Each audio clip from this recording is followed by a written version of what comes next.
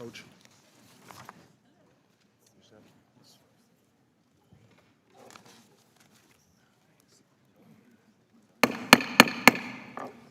The committee will come to order.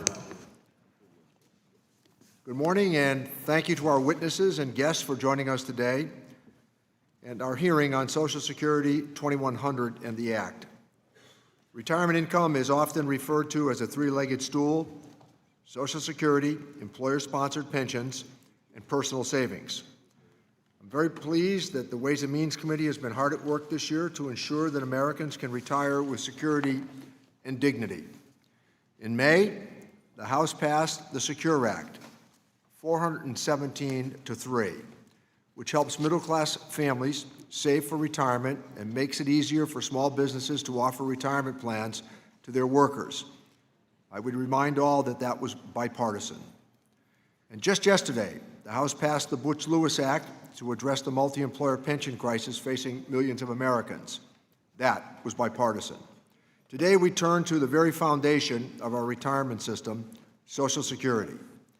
For 64 million Americans who receive benefits, Social Security is more than just a check in the mail. It is rock-solid security. It allows them to retire with dignity after a lifetime of hard work. Americans know they have contributed throughout their working years and can count on the benefits they have earned. People often think of Social Security as retirement, but it is much more than that. It provides essential disability and life insurance to younger Americans, and it insures both workers and their families.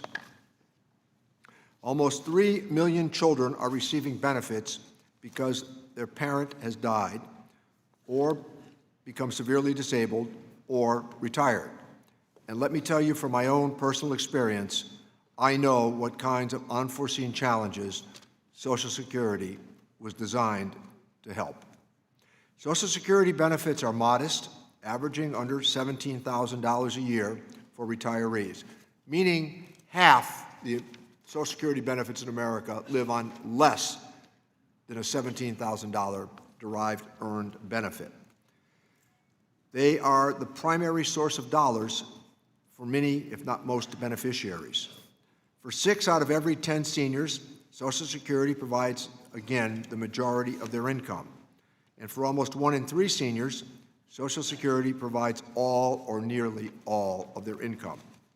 Social Security is likely to be even more important for the retirement of millennials and future generations who are increasingly squeezed by stagnating wages, disappearing pensions, and so many other financial pressures. And few of today's workers have savings to survive on if they experience a life-changing disability. It is fitting to note that tomorrow is the 29th anniversary of the Americans with Disability Act.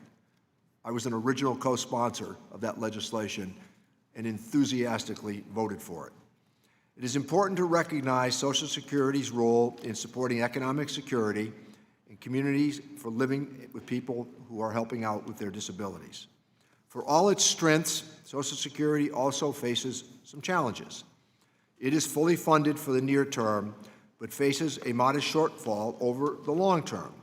Congress must act before 2035 to prevent benefit cuts and ensure that all workers get the full benefits they are counting on. Congress has never allowed these kinds of cuts to occur, and it certainly is not going to happen on my watch. In addition, many seniors struggle to make ends meet, even with Social Security, and millions of today's hardworking families face a very uncertain retirement. We need to think about enhancing benefits to make them more adequate. The bill we are discussing today, Social Security 2100 Act, takes on these challenges and more than meets them.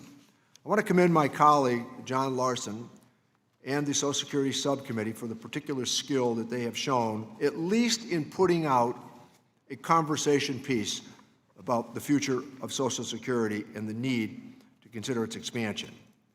People who have worked very hard and contributed all of their lives should retire to a strong Social Security system that pays them reliable and adequate benefits. We stand with the American public. They are very clear.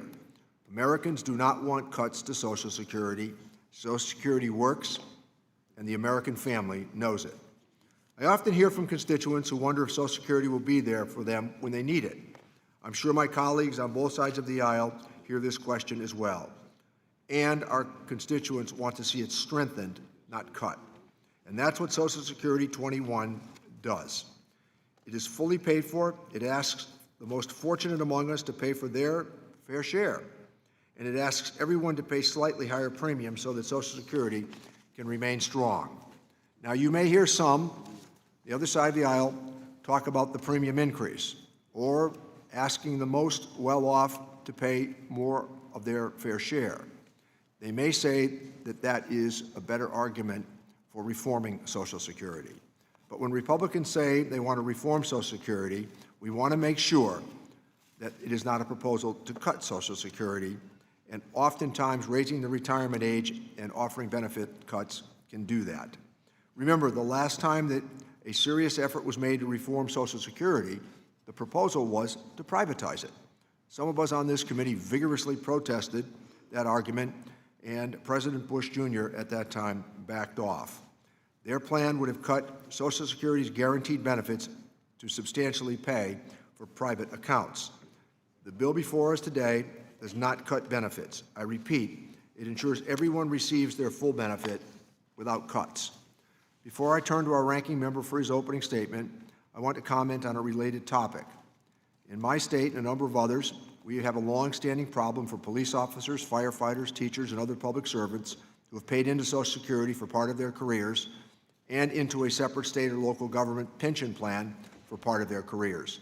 I am working on legislation with Mr. Brady called the Windfall Elimination Provision, or WEP, the WEP, and we are trying very hard to sort this issue diligently.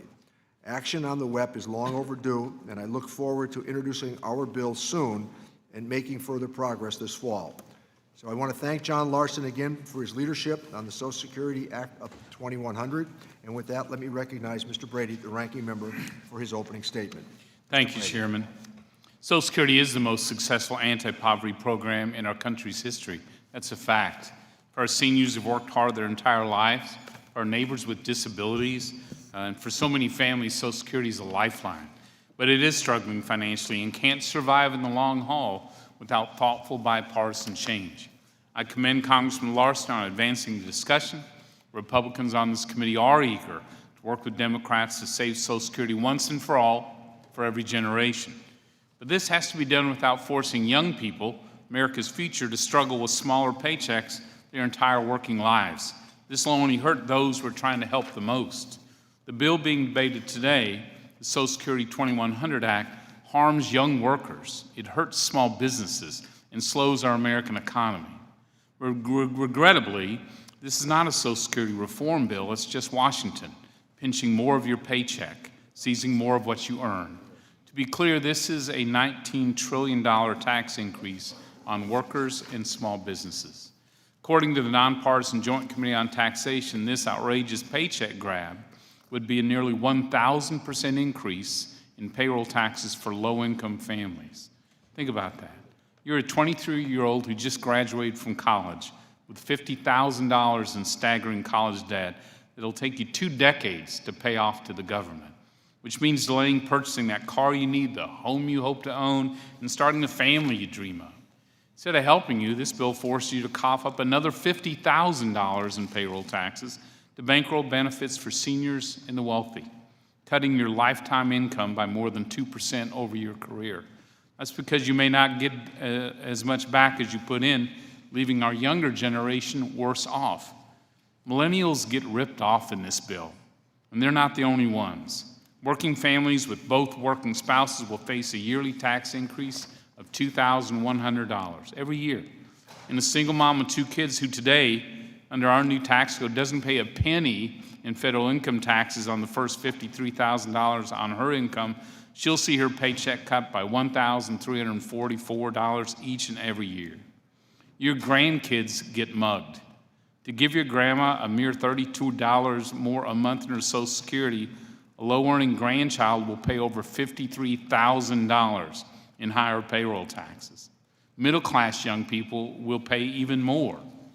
Main Street small businesses get hammered too, Women and minority-owned businesses, first-generation entrepreneurs, young business startups, their taxes also go up, meaning they have less money to hire workers, raise wages, grow their business, or contribute to the local economy.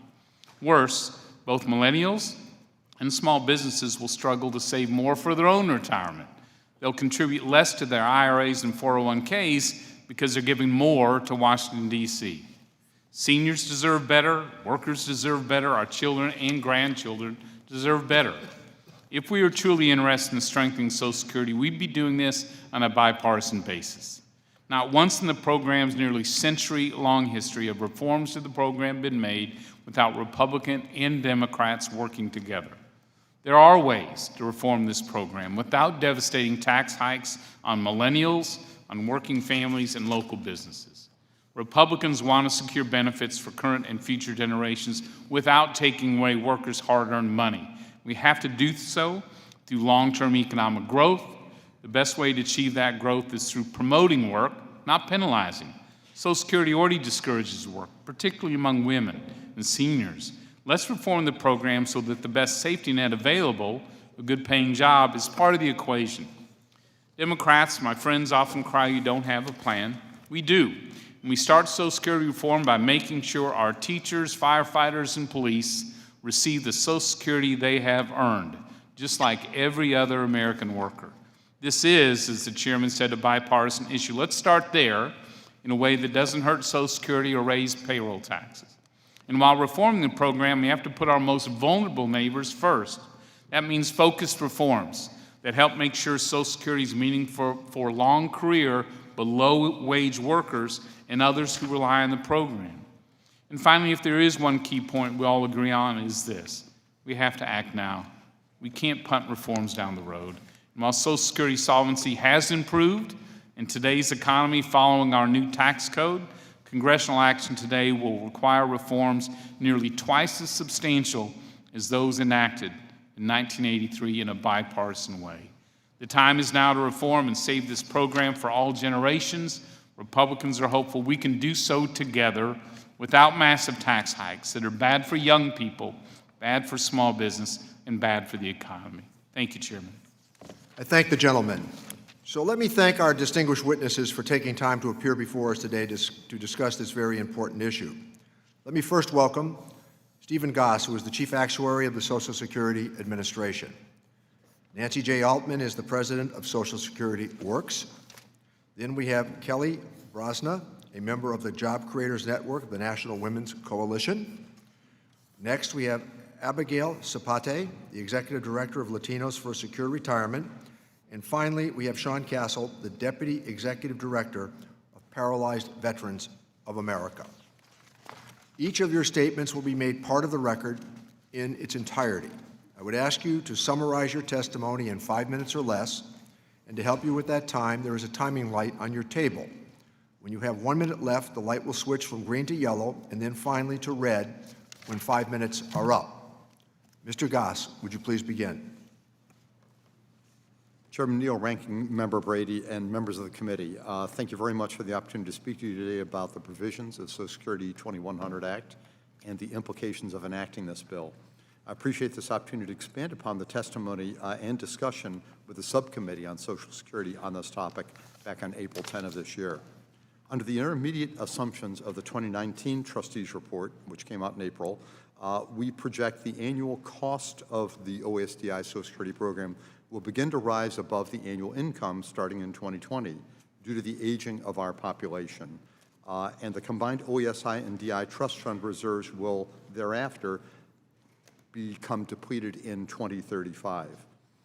If that were allowed to happen, continued revenue would be sufficient to pay only 80% of benefits currently scheduled in law in 2035, declining to 75% by 2093. Enacting adjustments to scheduled revenue and/or benefits soon will allow more options, more gradual implementation, and more advanced notice to those who will be affected.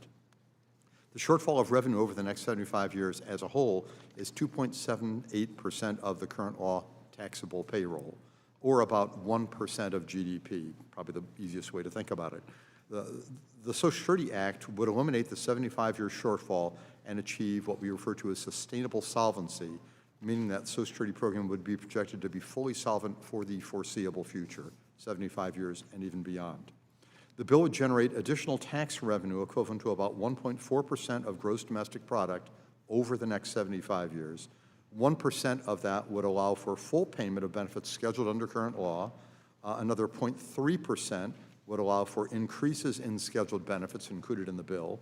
And the increases would be about 4.6% over scheduled benefits levels over the period as a whole, and an additional 0.1% of GDP, allowing an extra margin of solvency over the period, which is probably useful given the uncertainties of the future. Let me briefly describe the provisions of the bill. Section 101 would increase the first benefit formula factor from 90 to 93%. This would be about a 3% increase in benefits for our lowest paid beneficiaries, our 10% lowest paid, and about a $30 a month increase for the top 90% of our beneficiaries. Section 102 would change the annual Social Security cost of living adjustment by using the CPI-E for elderly as opposed to the CPI-W for all urban wage earners. Retirees at age 72, 10 years after they start becoming eligible, would be receiving benefits about 2% higher as a result of this. And for those who are at age 82, they would be receiving benefits about 4 years higher, 20 years after they start becoming eligible. Section 103 would update the special minimum benefit provision, which is in current law but has become not of any use because of the way that it has been indexed over time. And the updated special minimum would assure a PIA of at least 125% of the poverty level for long career workers with significant earnings over at least 30 years. This minimum would be increased after 2020, not at the way the poverty level is normally increased by CPI, but it would actually be increased by the average wage, so it would not go away the current special minimum has. Section 104 would increase thresholds at the Social Security benefits subject to federal income tax from $25,000 to $50,000 for single filers and $32,000 to more than triple that, $100,000 for joint filers. Section 201 and 202 would apply the full payroll tax rate for years in the future, 2020 and later, to earnings in excess of $400,000. In 2020, that would affect only the top 0.5, half of 1% of workers, but over time, by 2048, all earnings would be subject to the full payroll tax. Additional taxes paid as a result of this provision would result in additional benefits being paid to those individuals. Finally, Section 203 would increase the combined Social Security payroll tax rate by 0.1 percentage point per year starting in 2020 until we get to a 2.4% increase in 2043. So that would be a gradual increase starting in 2020. All of us in the Office of the Chief Actuary look forward to continuing to work with the members of this committee and other members of the House and Senate in developing comprehensive legislation to maintain Social Security solvency for the foreseeable future. Thank you again for the opportunity to talk to you today. I very much look forward to trying to answer any questions that you may have. Thank you. Thank you, Mr. Goss. Ms. Altman, would you please begin? Chairman Neal, Ranking Member Brady, and members of the committee. Social Security is intended to provide, as its name suggests, a sense of security, peace of mind. But that invaluable benefit has been lost because too many Americans have been convinced that Social Security won't be there for them. Passage of the Social Security 2100 Act is an important step to restoring that peace of mind. As important as it is, though, to balance income and outgo, it's imperative to remember that that is merely a means to an end. The end, the goal, is to provide America's working families with economic security. Importantly, the 2100 Act restores Social Security to balance without cutting benefits and, as important, expanding them. Social Security's benefits are modest, but vitally important to nearly all of its 63 million beneficiaries. As the chairman said, those benefits will be even more important in the future because the nation is facing a retirement income crisis. Given that Social Security is more universal, efficient, secure, and fair than its private sector counterparts, and that it can be expanded immediately with no startup costs, increasing its benefits across the board, as the 2100 Act does, is the best solution to that crisis. It also is a solution to the squeeze on working families and income and wealth inequality. Now, some argue that if benefits are increased, they should only go to those at or near poverty. But this focus on need reveals a fundamental misunderstanding of what Social Security is. Social Security is part of workers' compensation. The nation already has a needs-based program for seniors and people with disabilities, the Supplemental Security Income Program. In addition to passing the 2100 Act, I urge you to expand SSI to assist the poorest among us. Expanding Social Security will strengthen the economy, particularly in rural communities. On the last page of my written statement is a chart showing Social Security's importance to each of your congressional districts. The 2100 Act is not only wise policy, it's also what the American people want. As polarized as this nation is, we are not polarized about Social Security. Support for the provisions of the 2100 Act is overwhelming, according to numerous polls. Large majorities of Republicans, independents, Democrats, Tea Partiers, union members, all ages, genders, income levels, races, ethnicities, support expansion and oppose cuts. They support requiring the top earners to pay more and also are willing to pay more themselves.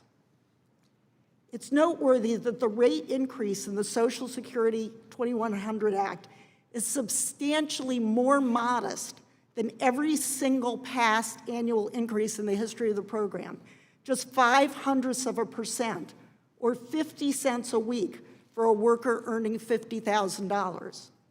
The overall increase, phased in over almost a quarter of a century, 24 years, is smaller than every other 24-year increase up until 1990, the last time the rate was increased. The Social Security 2100 Act includes provisions that should be attractive to conservatives, including a tax cut. Some seem to believe, though, that to be a consensus package, there have to be benefit cuts, as there were in 1983. The late Robert M. Ball, who represented Speaker O'Neill in his negotiation with President Reagan, was concerned that policymakers would take that wrong lesson from the 1983 experience. Just months before his death, he wrote in 2008, "What was right in 1983, a balanced package of benefit cuts and tax increases, would be wrong today." He said, "It's the essence of responsibility, in my view, to insist on no benefit cuts."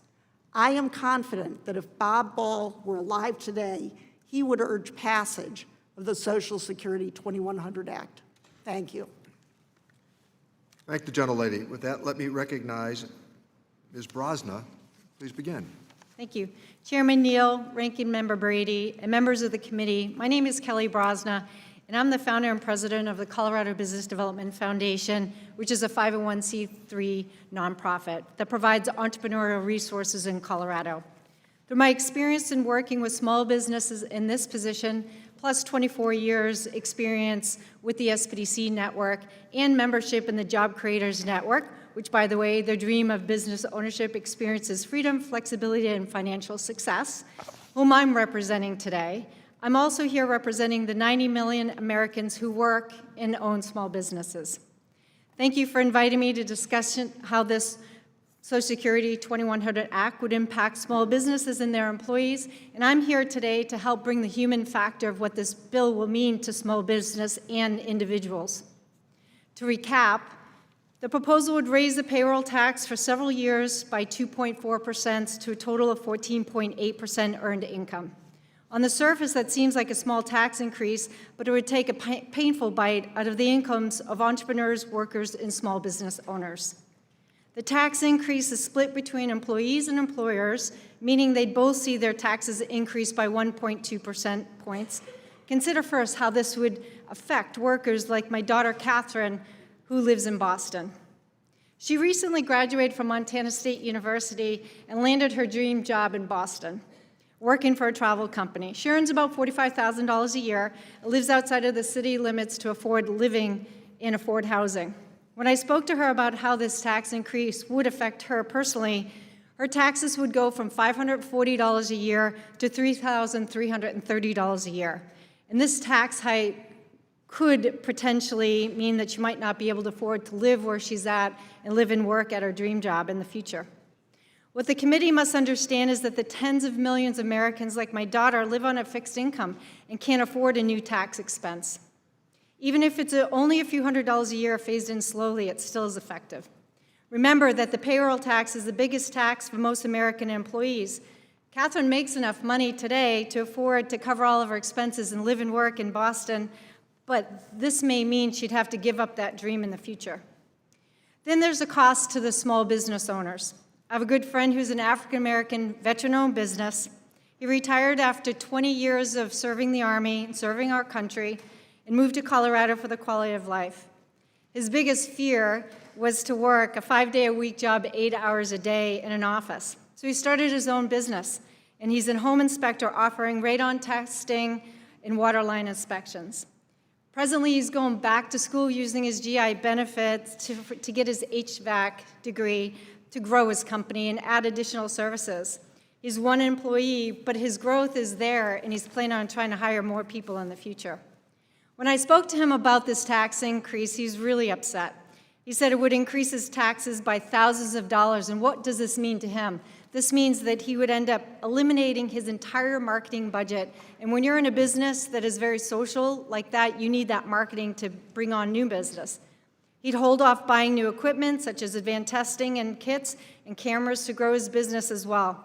And of course, the typical thing, he'd end up having to pass on those expenses to the customers.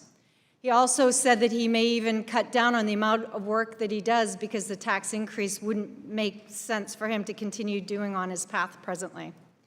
The tax increase is particularly hard on sole proprietors who pay both sides of the payroll tax. Almost 15% they're going to be paying in the future. My good friend Susan, who is an LLC, does personal concierge service and relocation service for the aging community, and this proposed tax increase means that she would have to quit her job, quit the company, and go back to corporate America. My 24-year-plus experience working with entrepreneurs, both in Texas and in Colorado, I found that it takes about 3 to 5 years for small businesses just to break even. The vast majority of those nation's small businesses are solo entrepreneurs, meaning that they don't have employees, which also means that they'd be paying the full 14.8% themselves. In many cases, these entrepreneurs bootstrap their business and barely have 3 months reserves to stay in business. We typically recommend 6 months to a year, but the reality is it's about 3 months that they have. This tax increase would actually prohibit them from even keeping 3 months worth of reserves. Raising taxes on risk-taking entrepreneurs is another significant hurdle that could prohibit them from ever making their dream come true. Established businesses, in my experience, and I've seen it personally, respond how they always do. They'll hold off on hiring, they'll reduce hours for their employees, they'll hire contractors instead of employees, and they'll increase their prices and pass them on to the consumer, or maybe some combination of all of these. Some businesses who have an extremely low profit margin will even have to cut staff or close altogether. Small businesses are the backbone of our economy. We all know that. We need to support creative entrepreneurs and help them make their dreams come true. Not burden them with tax increases will only stunt entrepreneurial growth and creativity and reduce the living standards. We want to help small businesses to be successful. They have enough hurdles presently as it is, and it's very expensive for people to start their own business. Thank the gentlelady. Time is up.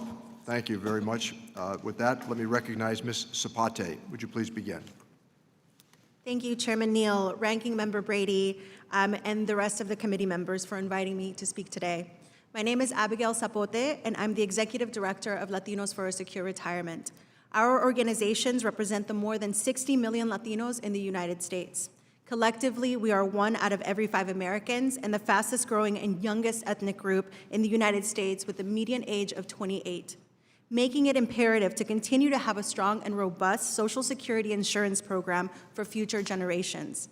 I sit before you today not just on behalf of the Latinx community, but with the tremendous responsibility to millions of Americans who could not be here today to take a stand in expanding Social Security and urge to solve the looming solvency crisis. I would like to speak to the importance of the Social Security 2100 Act today. This legislation will not only improve Social Security and exponentially increase quality of life for beneficiaries, it will also reduce elder poverty rates nationwide and ensure Social Security benefits for the next 75 years. To put in perspective, I'd like to offer a testimonial on the intergenerational pact that our families share because of the lack of retirement security in our community. Over the course of 2 decades, 53-year-old Guillermo Argueta's diabetes developed into cataracts and later resulted in kidney failure. That's when his sister realized that his care was more than she could take on, as she herself had 2 children and a family of her own. So Guillermo's daughter, Lorena, stepped up.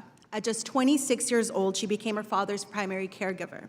So every day, Lorena, with her help from her 25-year-old brother, helps her blind father use the bathroom and get dressed. She cooks his meals and administers his insulin and medication 3 times a day. Today with us in this chamber, we also have a family just like Lorena's. At just 15 years old, Vivian shared the responsibility of taking care of her grandmother, using her school lunch break and time that other students dedicated to work, friends, and extracurricular activities to return home to take care of her abuelita until her final days. Lorena and Vivian are just part of the growing number of Hispanic millennial caretakers.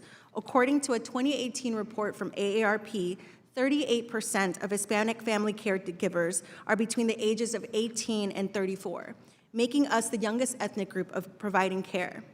So not only are we translators, legal aid in this, for our families in this tumultuous time, breadwinners, but also caretakers. We cannot wait until 2035 to fix the solvency crisis. By then, I will be 45 years old, paying into a system that would only give me 75% of my Social Security retirement benefits.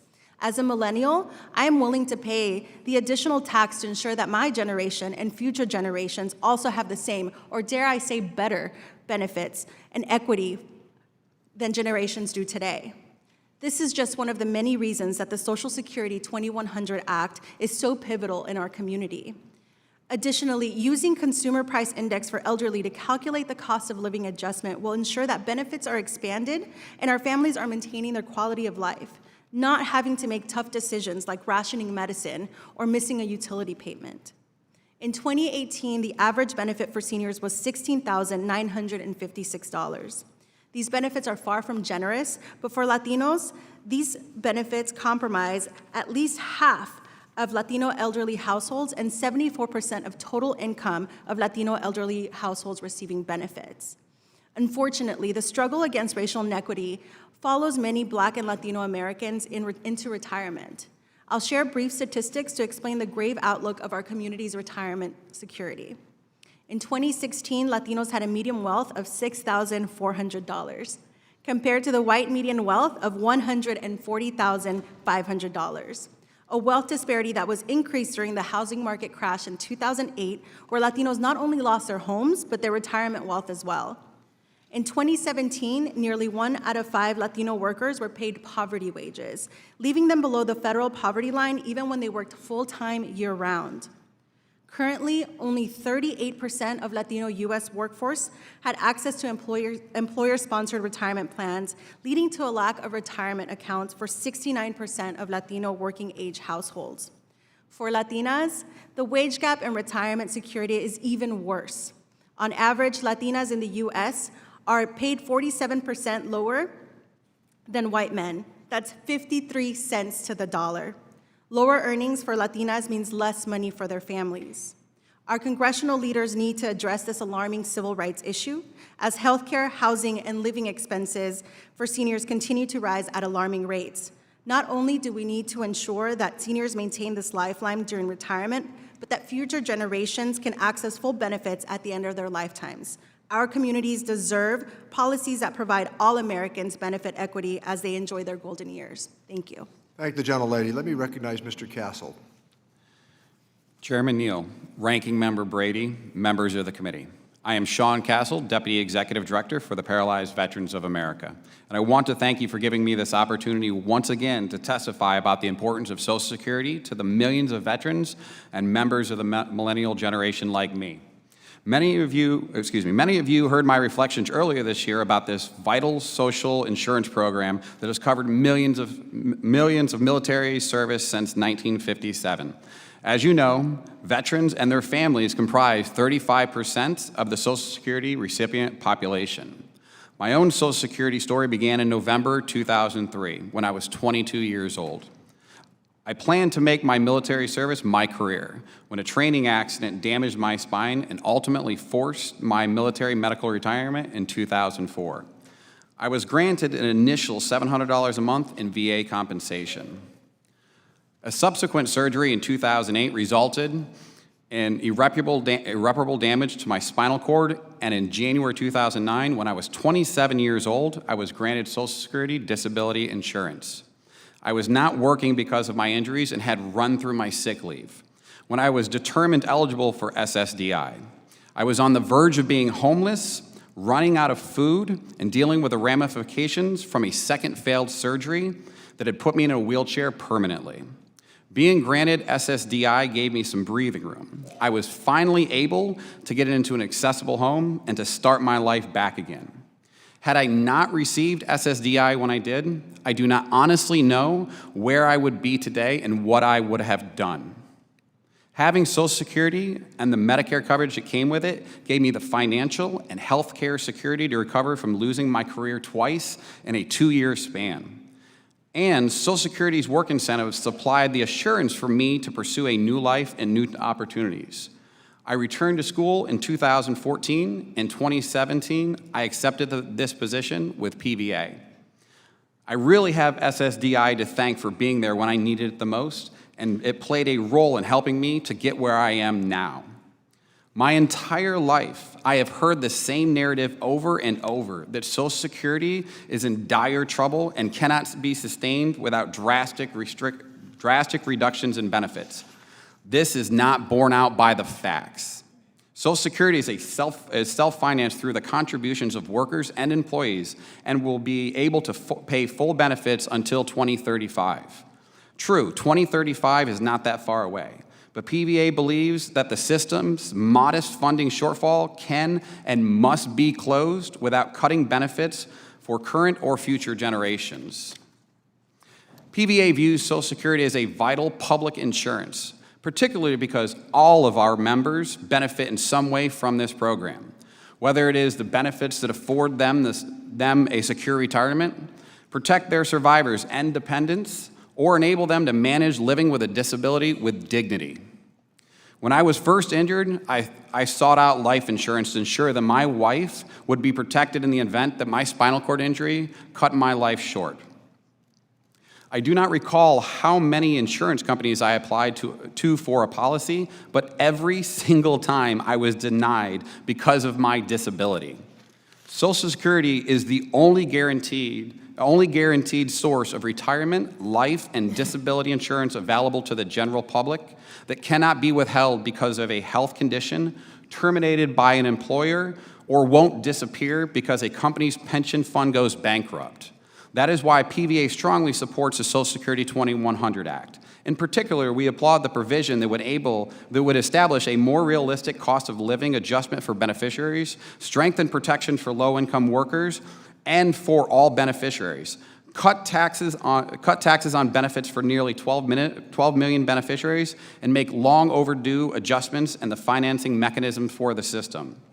We also appreciate its recognition that Social Security's disability, retirement, and survivor protections are all part of one unified system, and the fact that Social Security actuaries have determined that this bill will ensure the long-term solvency of the trust funds, making sure it remains strong for future generations. This legislation demonstrates that preserving and strengthening Social Security can be done without causing harm to beneficiaries, many of whom rely heavily on its programs for economic security. At the April subcommittee hearing, some decreed the adverse impact that this bill would have on the average young worker who would eventually pay an additional $600 on earnings of $50,000 a year. Overlooked was the increase in subsequent Social Security benefits that would occur to those millennials in retirement under the Social Security 2100 Act. For the average worker, this means paying an additional 50 cents per week through 2043 to keep the system solvent. As a millennial, I am willing to pay the additional 50 cents per week to preserve the system. Thank you, Mr. Chairman, Ranking Member Brady, and the members of the committee for your attention this morning. PVA stands ready to work with you and your colleagues in advancing this legislation to extend and enhance Social Security, this vital social insurance program. Thank you, Mr. Castle. We will now proceed to questioning under the 5-minute rule. Consistent with committee practice, I will first recognize those members present at the time of the gavel coming down in order of seniority. Let me begin by recognizing myself. Ms. Altman, thank you for your testimony, and as you mentioned, Social Security is the foundation of economic security for millions upon millions of Americans. Is there bipartisan support among the public for expanding Social Security, and what do your surveys tell us? There's overwhelming bipartisan support. Social Security is an area that's been very heavily polled from the beginning. Social Security Administration does polling. I'm sure every candidate who runs for office does polling. AARP does polling. Heritage Foundation does polling. And what's amazing is how consistent all the polling is.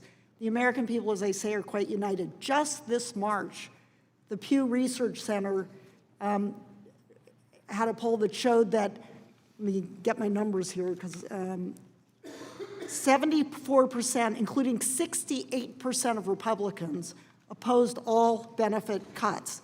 And 18 to 29-year-olds opposed them as well by 65%. I think one of the most interesting polls was one that was done also by Pew just in the lead up to the 2018 election, where people were asked who they supported of the remaining candidates, and a slew of issues. And all of them, Kasich supporters, Cruz supporters, Sanders supporters, they all came out they absolutely wanted no cuts. And there's similar polling. Polling was done in the lead up to the 2018 election. Would you be more likely or less likely to vote for a candidate who supported expanding benefits? And there again, it was 2 out of 3, including Republicans who, they were asked, did you support Donald Trump? Are you a registered Republican? And the numbers all come out the same. It's not just a small majority, it's a substantial majority of all those categories. Thank you. And Ms. Zapate and Mr. Castle, I want to thank you for being here and telling us your stories. What does it mean to you personally as millennials to know that you are protected by Social Security? Social Security is definitely a lifeline that I know I can't wait to be able to take a part of once I am, in my senior years. But not only that, if there were anything to happen to me or my family, in that sense, did you want to say anything? Sorry. Well, some of it's not that enthusiastic. No, fair enough. And I think that, it really is that lifeline for a lot of people that we definitely need at the end of our lifetimes. For me as a millennial to see that by 2035, there's already going to be a 20% cut or to 24% cut.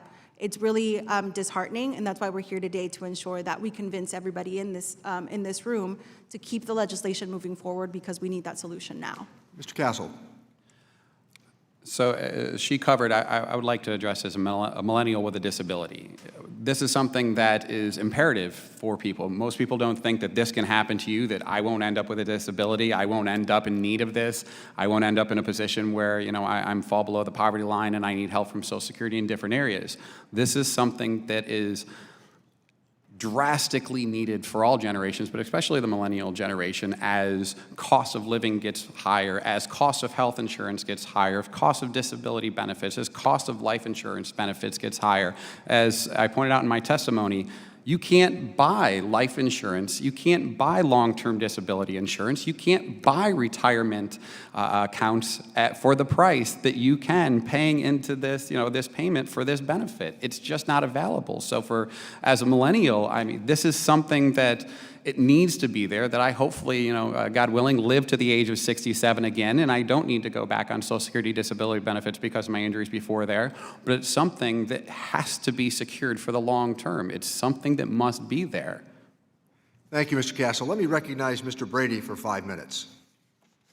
Thank you, Mr. Chairman. The Joint Committee on Taxation Analysis is clear. Democrats' bill has a devastating impact on workers, on small businesses, and the economy.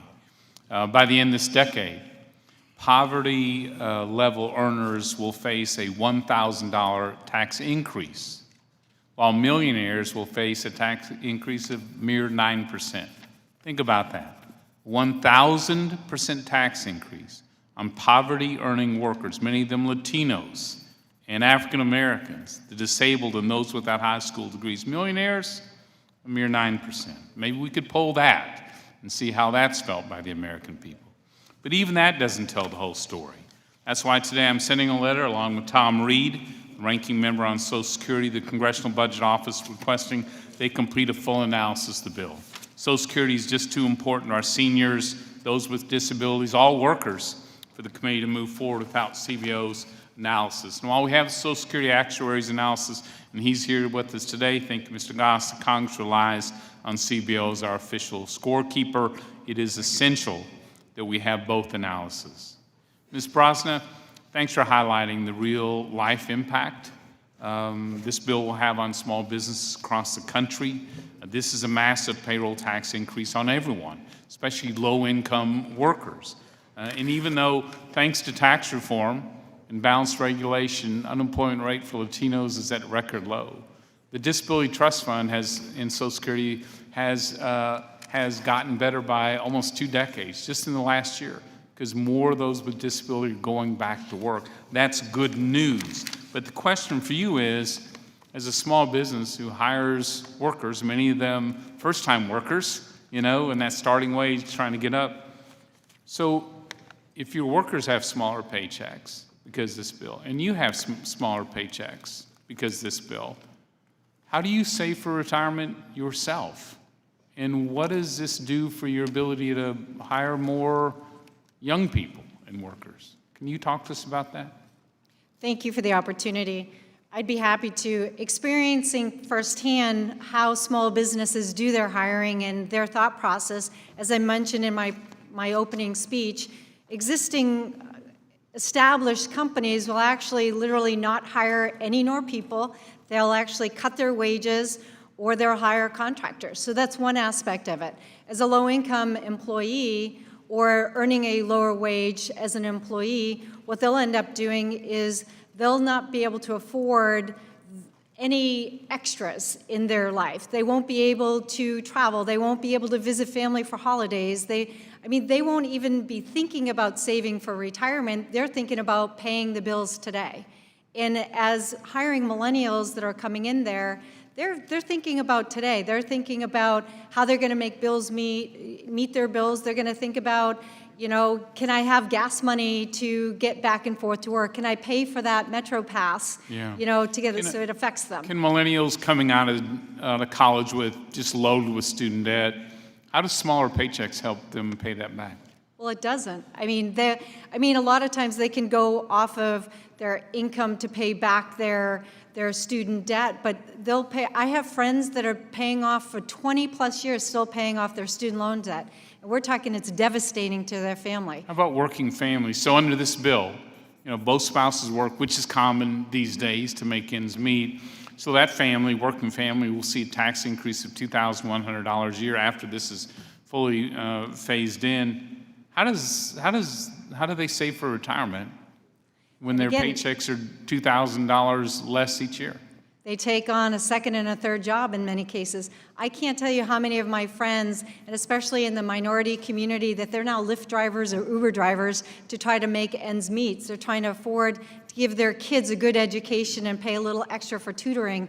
And so they end up taking a second and a third job just to cover those. If we add this added tax burden on them, I'm not sure what will happen. Their kids that are in middle school and high school will suffer from their education level. Can I ask you this? Can I ask you, because this is so revealing. For small businesses, do you think most small businesses along Main Street know there's a $19 trillion tax hike coming out of payroll taxes headed their direction? Do you think they know that? No, and as a matter of fact, when I was inquiring to get some examples for today's hearing, they were shocked. They couldn't believe it. And I'm getting amazing feedback from everybody, both on social media and personally, of how this will be devastating to them, and they might have to stop doing what they're doing. Thank you, Ms. Brosna. Let me recognize the gentleman from Georgia, Mr. Lewis, to inquire. Mr. Chairman, thank you for holding today's hearing. I would also like to thank our colleague, Congressman John Lawson, for his tireless work and leadership on this issue. Social Security is a sacred promise to the American people, and it is a pact that we must not break. For more than 60 million Americans, this program rescued them from poverty. In my district, more than 100,000 people rely on these benefits. More than 100,000 in the congressional district that I represent in Georgia. Ms. Altman, I have a simple question. People usually think of Social Security as an issue for seniors, as an issue for the elderly. May you address how Social Security affects different generations, especially young people, American youth? Although most people don't realize it, Social Security is the nation's largest children's program. About 8% of Americans' children are either receiving benefits directly because a parent has died or become disabled, or living in a family where the main source of support is Social Security. Their grandparents, Social Security is the most important source of support in families where grandparents are taking care of their grandchildren. And as Sean and Abby have said in their testimony, although people think of it as an old person's program and all of that, all of us are, as we cross a street when a hurtling truck is going by, are 5 steps away from meeting Social Security's disability insurance. It's protecting millennials today. It has the disability insurance and life insurance if, God forbid, something happened to them. I want to thank each one of you for being here, for your testimony. Mr. Chairman, I yield back. Thank you. Let me recognize the gentleman from Florida, Mr. Buchanan, to inquire. Thank you, Mr. Chairman, for an incredibly important hearing. In my area, I'm in Sarasota, Florida, that region. So protecting Social Security, the programs are critically important. People I represent, obviously to me, 220,000 beneficiaries that have the access to this program. I do a lot of town halls, telephone town halls, but live town, I've done 80 of them. And you hear the passion with a lot of people in terms of a third of them, I guess, to get to 65, have little or nothing but their Social Security, and you hear different numbers. Another third have something but not enough, and then another third are maybe lucky or saved up or whatever. They're in a better position and they weather the storm a little bit better. But you see a lot of people getting into their 90s in Florida. That's the new age group. That's something that's got to be looked at clearly. But I want to say that Mr. Larson, my friend, I appreciate his leadership on this. I think working with Mr. Reed on our side, we can get something done. We need to get something done. This is an opportunity, but as the chairman expressed early on, it's a conversation piece, meaning that I think this is a good start. If you look historically, unless we do something together, we're not going to, this isn't going to get done in a serious way, or it's going to be an ongoing challenge. And then the other thing, just look at healthcare over 10 years, the same thing there. So we've got an opportunity to make a difference. I think time's of the essence. Mr. Goss, let me ask you, and I want to thank you for your service. As long as I've been on this committee, you've been here, and I know you've been longer than that. But you mentioned, I think Social Security now has passed over $1 trillion we pay out. Is that right? Or close to it, or is it over $1 trillion? That's correct. It's a little over $1 trillion this year. And we talk about, from a bipartisan standpoint, I'm sure you've looked at the historical aspect of Social Security. Has there ever been a time in the past when we did address it in the 80s, but maybe before that, that we haven't worked together, Democrats and Republicans, to resolve this? I do not believe so. And then, as I mentioned, time being of the essence, we always have a tendency here to wait to the last minute. How much time do we have? You mentioned 2035, but the reality of it is the longer we wait, the tougher it is going to be able to address this fix, and that's why it's important we deal with it today.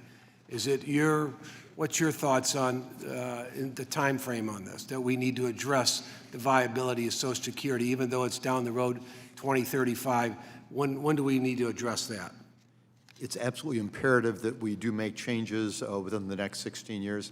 There would be a great advantage in enacting changes, even if implemented over the next 16 years, enacting them relatively soon.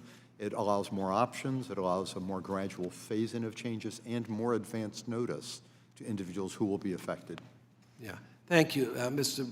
Broads. Yeah, let me ask you just quickly, as we look at the increases in taxes, that's going to go from 12.4 over to 14.8. I realize that's over a period of time, but what a lot of people don't realize, you say it's 1.2 to or 2.4%, but right now they're paying in collectively half and half, the employer and the employee, 6.2. It goes to 7.4. So collectively they're paying almost 15%, and it's part of the, as someone mentioned earlier, it's part of the employees' benefit program. And when this gets fully at the number, they'd be paying in 7.4, but the employer or the entrepreneur is going to pay in 7.4. So again, can you touch a little bit more on the impact for startups, entrepreneurship, and small business? And I would just say, I chaired our chamber locally, but in the state of Florida, 95% of businesses are probably 25 employees or less, and the impact it has on them. Happy to. The majority of the businesses that I worked with actually had 5 or less employees, and a lot of those were family-owned businesses as well. So it sounds great on theory that they split it 50-50, but when you have family members that are working for you, ultimately they're paying almost 15% together on those taxes. What that means is, as I mentioned before, they're not going to hire. They're going to do contract workers, they're going to cut hours, they're going to do everything around and then pass the price on to the consumer and the customers. So ultimately, we as constituents and we out there are going to end up paying that extra fee because small businesses need to make it up someplace and they'll pass it on. Thank you, and I yield back. Thank the gentleman. Let me recognize the gentleman from Texas, Mr. Doggett. Thank you, Mr. Chairman, and thank you for the testimony each of you have provided. Certainly, Social Security is the security of knowing that a lifetime of work results in the dignity of retirement. Today, we focus on the success of Social Security and making the necessary reforms to ensure that it's there not just for grandparents, but for our grandchildren and our great-grandchildren. Since President Roosevelt signed it into law, it has dependably provided hope, protection, and security. I doubt that there is a family in this country that doesn't have a family member for whom Social Security has been vital. The efforts that Mr. Larson has made with this bill are an attempt to respond in a constructive way, in a bipartisan way, to the challenge that the actuary has described this morning. That if we do nothing, there will come a time in the future that we're not able to provide 100% of Social Security benefits, and that as early as next year, what's coming into Social Security will be exceeded by what's going out in paying benefits. Benefits that are, by the way, pretty modest, where most families would not want to rely exclusively on Social Security, though many families, and especially many single women across this country, do exactly that. And so faced with that kind of situation, you can do one of several things.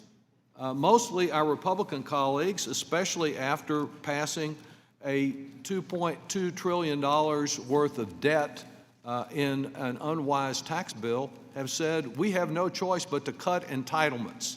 They don't say cut Social Security, but Social Security being the largest of those entitlements is exactly what they have in mind. Another possibility is to come up with some gimmick like letting Wall Street take over Social Security. That's exactly what President George W. Bush once promised as a way of using his political capital to do just that. And the other possibility is to add some revenue so that when we reach 2030, we're not forced to cut benefits by 20%, but we have the revenue to meet the needs. And you can't raise revenue without having some additional taxes to cover and provide that revenue. Ms. Altman, isn't the only alternative to providing some additional revenue is to cut benefits? Yes. And that's what's been advocated in the past, along with the scare tactics of trying to convince millennials that there won't be any Social Security there when they need it, so that they'll abandon this system. I don't believe there's any free lunch here. We have to provide the revenue to match the benefits that folks need. I'm particularly interested, and Mr. Castle, I was interested in what you had to say, recognizing that this is not just about seniors, but it is OASDI, old age survivors and disability insurance. A critical part of this is the disability side. And I've been concerned that as important as Social Security is, and you're a living example of this, it's important that we make improvements and strengthen Social Security. Mr. Larson does this some. I'm concerned about the 5-month delay to receive benefits after you've qualified for disability insurance, and even more concerned about the 2-year delay that someone who's found to be disabled has to wait before they qualify for Medicare. I'm working on legislation with Senator Casey to eliminate those waiting periods and to ensure that individuals with disabilities have access to health care when they need it, not on a timeline that is convenient for government. And I would appreciate your just commenting a bit on the challenges that you faced, that other individuals face who have a disability or found to be disabled, but have to wait to get access to health insurance. Well, thank you for that. That's something that PVA, Paralyzed Veterans of America, absolutely stands behind, is eliminating that waiting period. It's something that I had to deal with myself. It's something that many people I know, all the people I represent, have had to deal with. It doesn't make sense that you fight for years to finally be found to qualify for the benefit that you've paid for and say, yep, you're disabled. You now will receive benefits, financial benefits, and back pay for the time you've waited, but now you have to wait another year or a year and a half in some cases to get the medical coverage to actually treat the disability that you are qualified for the benefit for. It doesn't make sense. It's something that is putting the burden back on people with disability to have to wait a year, year and a half, sometimes longer, up to 2 years sometimes, to receive the medical coverage to treat the disability that they were found to be disabled enough to receive the benefit. It's something that is backwards in the system. So absolutely, Paralyzed Veterans of America absolutely stands behind any legislation that would get rid of that type of barrier, not just for veterans, but all people with disabilities. Thank you very much. Thank you, Mr. Chairman. Thank you, Mr. Chairman. Thank you to our witnesses. Given the importance of Social Security, I strongly feel that we need to have a thoughtful discussion about this very topic, and certainly a thoughtful discussion on various proposals so that we can vet these proposals and ultimately, hopefully, work together in a bipartisan fashion to ensure the solvency, the long-term solvency of Social Security. I have concerns about the current proposal being a massive new middle-class tax increase. In several hearings this year, I've used the example of a single mom with 2 kids earning $50,000 per year who has no federal income tax liability under the Tax Cuts and Jobs Act. Rather than go back to that very same scenario, I'll use a different example. Since the House passed the bill last year to raise the minimum wage to $15 per hour, I think we should focus on what this bill would mean to someone currently earning that hourly rate. Under TCJA, a single mom with just one child, currently making $15 per hour and working full-time, that's roughly $30,000 per year, she has no federal income tax no federal income tax liability under the TCJA. None, zero. However, this legislation would raise the taxes on this single mom by $720 per year, a 19% increase in the payroll tax burden on her. That is $60 per month, which is currently in this mom's paycheck. We would now be asking her to hand over to the federal government. $60 she wouldn't have to buy food, diapers, put gas in her car, and many other things so that she can make a living. We're not only concerned about this tax increase on single moms. Let me say that Nebraska's 3rd district is the #1 district in agriculture production with farms and ranches. And while we know that even the employer share of payroll taxes ultimately comes out of the employee's paycheck, this is particularly noticeable to these farmers and ranchers who operate as sole proprietors and directly pay both halves of their Social Security and Medicare taxes.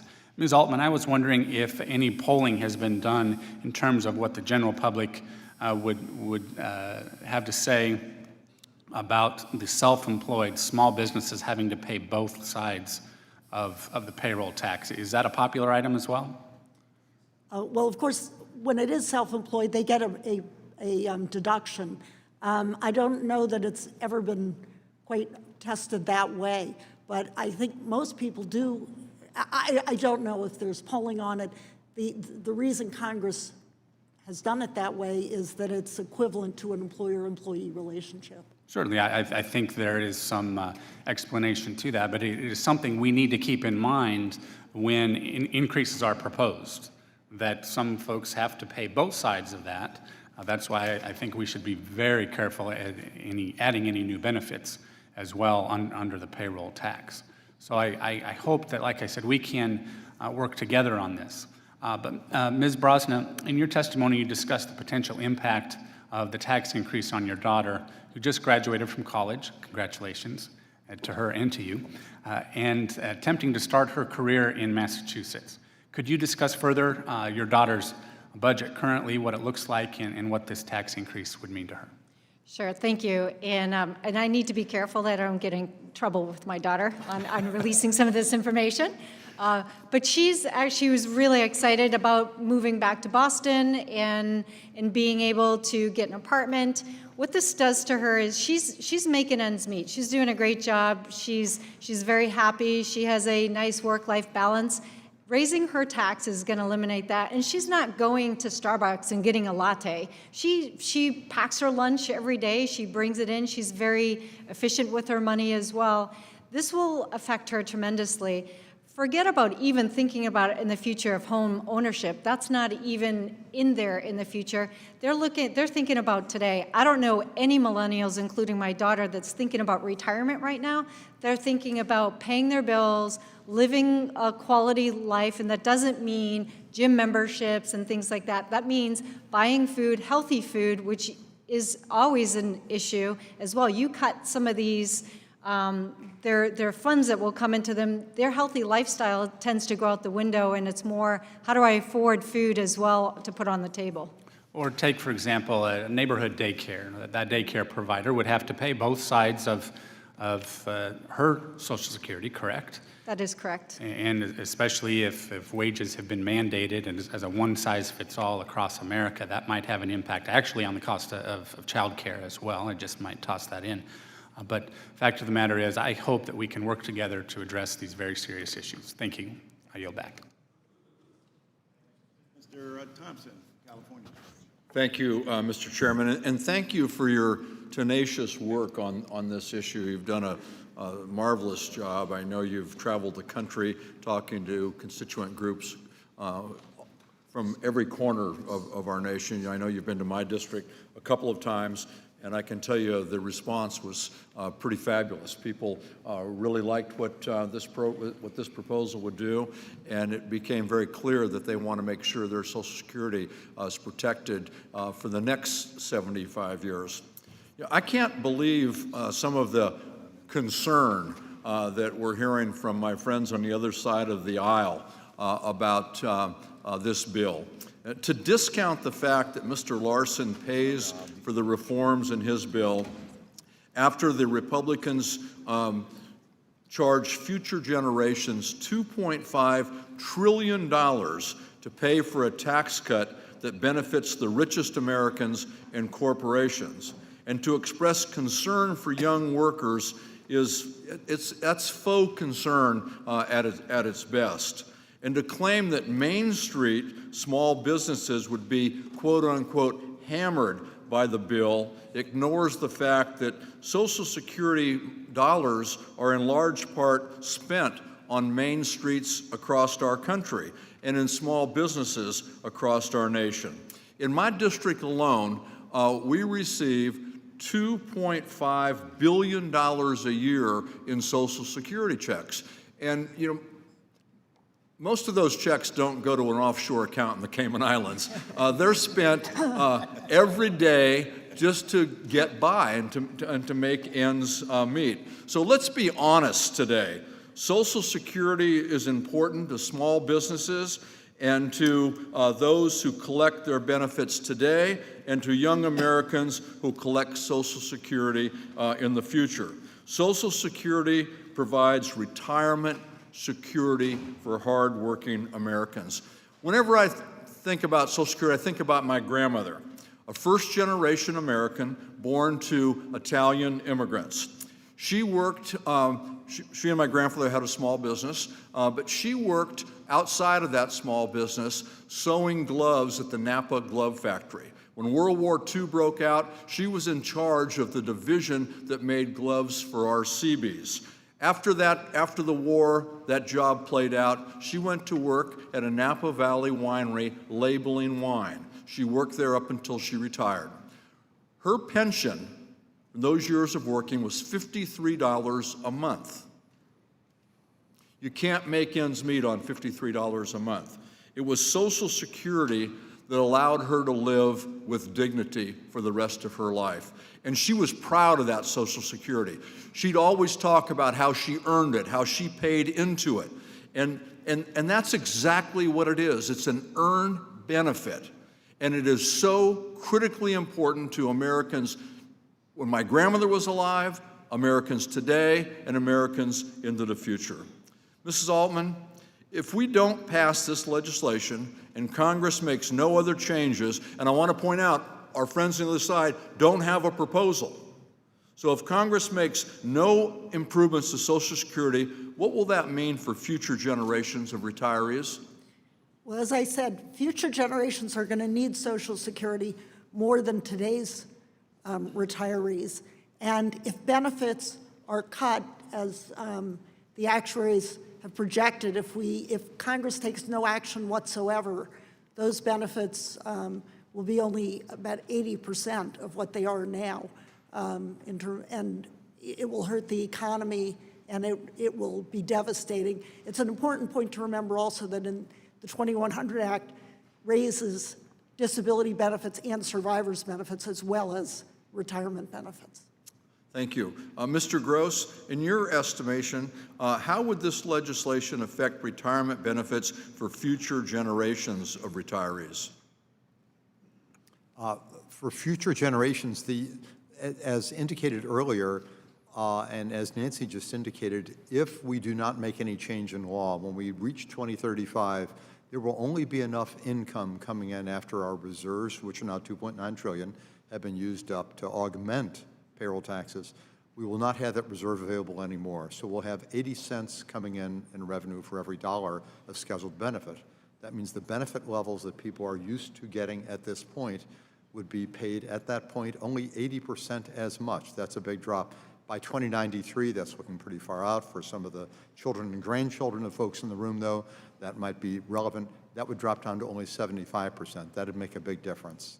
And I would suggest that really, and we get into some of the numbers here, the amount of extra revenue that people at the $50,000 or $45,000 earnings level would be putting in over the balance of their career relative to the additional benefit that they would be receiving, largely by not having benefits reduced below what is scheduled. The primary effect of this bill would not be to provide the 4.6% increase in benefits above what's scheduled. It would be to provide the 25 to 33% increase in benefit levels after 2035 relative to what will be payable if you all do not act in legislation. Thank you very much. Thank you, Mr. Gause. Ken, you're recognized. Thank you, Mr. Chairman. I'd like to thank Mr. Larson and Mr. Reed for the hard work that they're doing on this subject. I was able to serve on the Social Security Committee subcommittee for a couple of sessions, and it was those were very informative meetings, every meeting we had, and appreciate the work that's being done. This week, I've had a couple of days where I've had my 15-year-old granddaughter visiting me, and I have began the thought process of my 89-year-old mother and my 15-year-old granddaughter, and how this system will serve them both. So I have 80,000 people on Social Security in my district, as best that we can ascertain. And I consistently hear from them, and believe it or not, the thing I hear from them most is not really concern that they won't get their benefits. It's concern that their children and their grandchildren will get their benefits. So I appreciate the proposal, every proposal that we can consider. I don't personally agree that this is the path that we should go on this, but I am open to a proposal that would extend the benefits to every generation.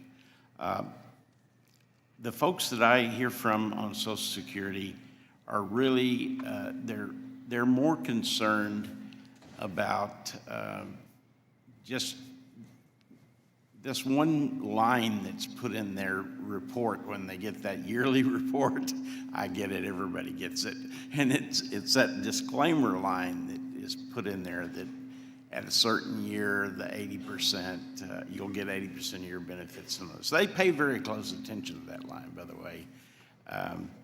The plan being discussed today, though, very unfortunately, the burden that it will place on the other 700,000 people in my district, the group that's working, the average family in my district, a 2.4% payroll tax will basically cost that household about $1,780 a year, and then their employer that as well.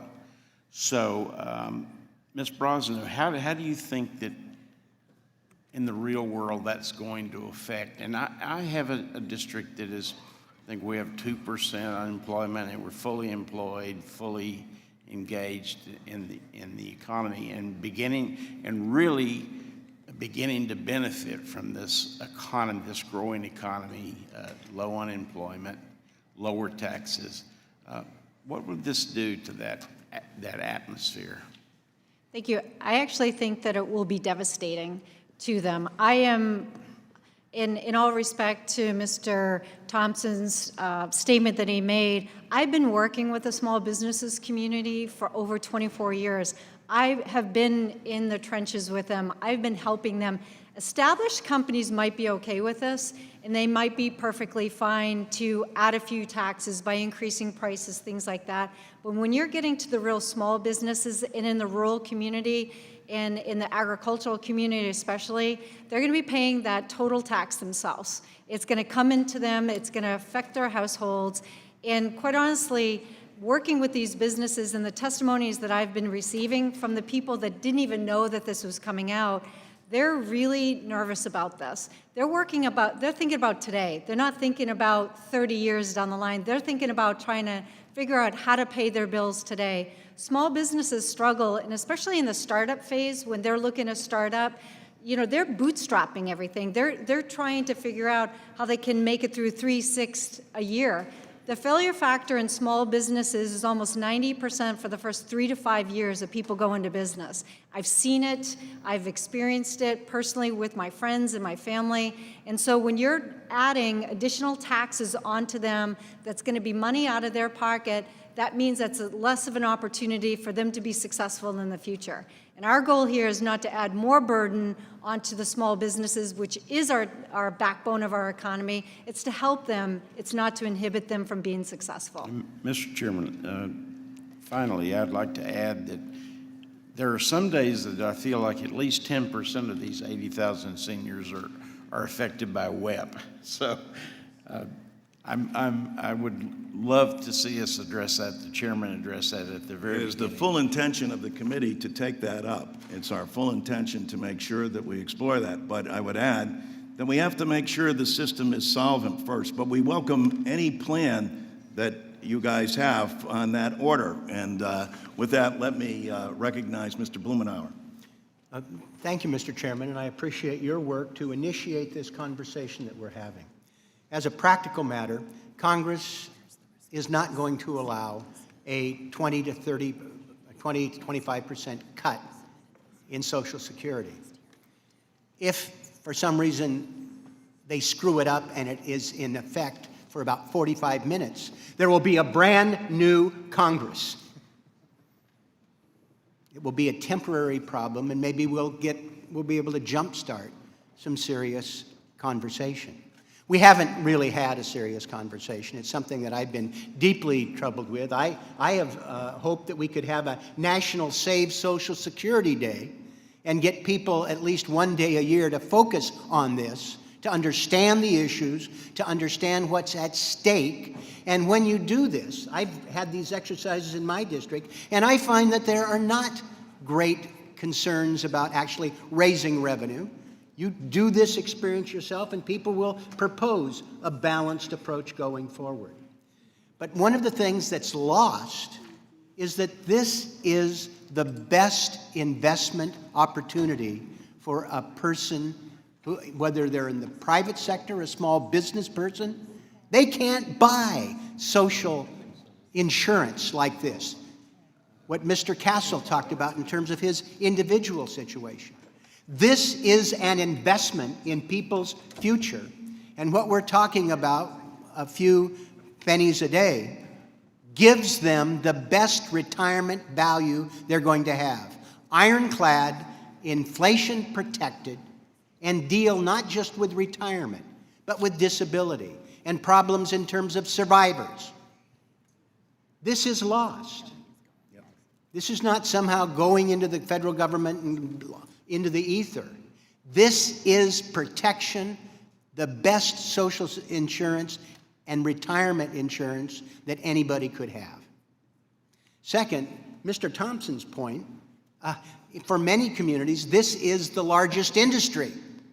The money that comes from Social Security is far in excess of this factory down the road or this cluster of small businesses. This is an ongoing, sustained revenue stream that strengthens, particularly rural and small-town America. You pull that out where they don't have the economic base in some large metropolitan areas. This is vital to them. It needs to be maintained. Now, I am optimistic that we can move forward and be able to nail down some of the specifics. I think there are other funding options we can explore. I'm happy to look at structuring the program. But John, I think you've done a great job of laying out something that I think can be embraced by most of the people who are looking at this straight on. But people have better alternatives? Go for it. The best alternative I've heard from Republicans in 2 decades I've been here was the privatization of the Bush administration, which would have turned the Social Security Trust Fund over to the cowboys at Wall Street just before the meltdown. We're concerned now about what's happened to a whole generation with their retirement income that was hurt and their housing values. Think what would happen if the Republican proposal to turn Social Security Trust Fund over to Wall Street, what would we have done? I can't contemplate it. Ms. Altman, I'm just struck by the difference between what you said, 50 cents a week on average. Ms. Brosna has a daughter who makes $45,000 a year who's going to pay $3,330. How can that be? That will be in 24 years. That's when the full effect. Oh, in 24 years. So this won't affect whether she buys a latte or not today. It's for her this year, next year, the year following, it's 50 cents a week. And in fact, as Chairman Larson always says, if she does buy a latte, this is a much better investment. I just want to make clear that the games that are being played here in terms of statistics, looking at wild percentage increases, that's not the case. I mean, it's in terms of real dollar impact. It's 50 cents a week, and maybe 20 years from now, there's a large sum, but the benefits are even bigger in the economy. I've gone over my time, I apologize, but I appreciate your clarifying that you're not in alternate universes. And if I can just Chair say recognizes the gentleman from Pennsylvania, Mr. Kelly. Thank you. Thank you, Chairman. And also, I want to commend you because this is a problem that's been looming for quite some time, and we always keep talking, well, we're going to have to do something about it in the future. Well, the future's now. So this starts a critical conversation. Fixing Social Security is something I don't think any of us disagree with, but the devil's always in the details. And now, I mean, there's some references about wild estimates being made. The fact that the largest increase we've ever heard, $1.2 trillion over 10 years, $19 trillion over 75 years, actually comes from the Social Security Actuary, not something that was dreamed up in the back room so that we could throw some type of a negative light on what we're trying to do. I'm really interested, Mr. Rosman, I'm also a small business person. And I think sometimes we get confused as to where this revenue for Social Security comes. And I want to get with Ms. Altman. I am not surprised that beneficiaries, when your polling said they don't want any cut in the benefit they're receiving. That's probably one of those things that, if you know the answer you want to get to, ask the right question. But every single penny that goes into this, tell people where this comes from, because I think sometimes we get confused as to where does the money actually come from. It does not come from the government. No, it's coming from sales, it's coming from business. And when you're adding, even if it's 50 cents a day or whatever the dollar amount ends up being, it's adding to their bottom line that they're not going to be able to grow. They're not going to be able to invest in their business. They're not going to be able to invest in their people. They're not going to be able to invest in their future. Most businesses, they're looking at a 401k. They're not thinking about Social Security as their beneficiary to retire at. They're thinking about their investment in their 401k. That means less money to be able to put in there. I know lots of people are lots of small business owners and friends and family of mine, they're trying to put more money into their future by investing as opposed to thinking about Social Security. But the bottom line is that any new tax, is a burden on small businesses, and it's a burden on their bottom line of paying their bills. Most small businesses that are sole proprietors or even LLC, they don't have workers. They are themselves the employee. They're paying the total brunt of that. And quite honestly, I mentioned the 3 to 5 years to break even. They're not even paying themselves. So they have to have a spouse or a significant other that's actually help subsidizing and feeding in on their household income as well in order to be successful. And I just feel, by example and seeing it firsthand, the more burdens we put on small businesses, the less likely they're going to be successful. So the taxes that we're talking about, though, because most people in small business, the years that I paid the most taxes were, oddly enough, they were the years that we were the most profitable, because you pay tax on profits. But the years I haven't paid one penny in those taxes, I still had other taxes I had to pay. The cost of operation goes on, and some things you're held responsible for, whether you're profitable or not profitable. You talked about 5 years before you finally reach that point where you're taking off. And I think that's sometimes where the disconnect is. Well, and when you're talking about that profit margin, you're talking about breaking into that. You're eliminating the opportunity for the positive side versus the negative side. Yeah. The profit. Well, a dollar can only be spent once. So whether you buy equipment with it, increase your payroll, whatever you do, or pay taxes, that's a dollar that's no longer left for you to work with. The real concern I have, though, and again, I think Mr. Larson, this is his whole I think this is the whole reason for getting up in the morning, and really is making sure that Social Security stays solvent, and we're all concerned about that. I'm just trying to figure it out. It just doesn't make sense to me where we are right now that we can't come up with some kind of a fix for it, and we're going to have to do that. But where you are, because this is what it comes down to. Every single penny comes out of a taxpayer's pocket. It doesn't come from the government. I think it's so confusing sometimes. Listen, in the district I represent, 174,000 people are beneficiaries out of the 705,000 people that I represent. This is critical to their well-being. I just think there is a way to get there. I'm not sure exactly what it is today. I just don't think that adding to the cost of operation, and especially in those years when you don't have any profits, we're adding to your burden and then holding you responsible for not caring about people. If anybody on this dais tells you that there's anybody in an elected office that doesn't care about the people they represent, that is an outright falsehood.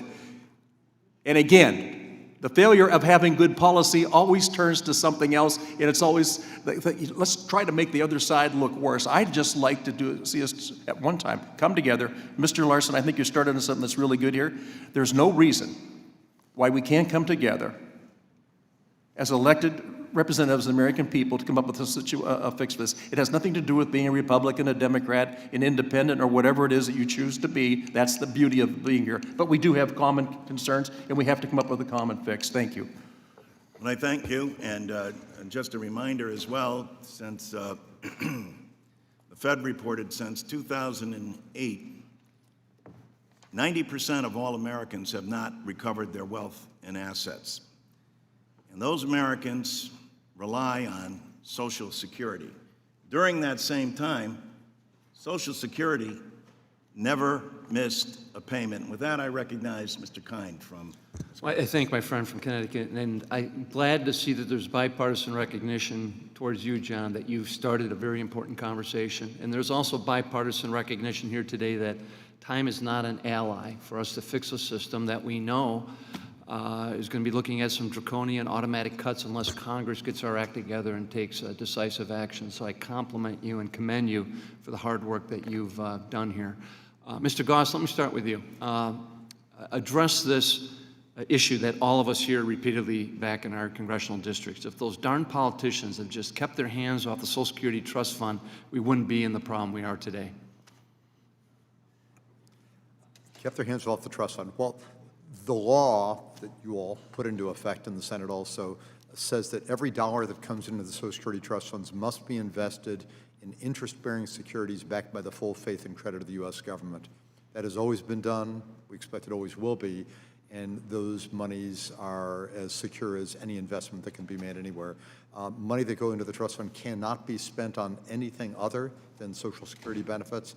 It's always been the case, and we certainly expect that will be the case in the future.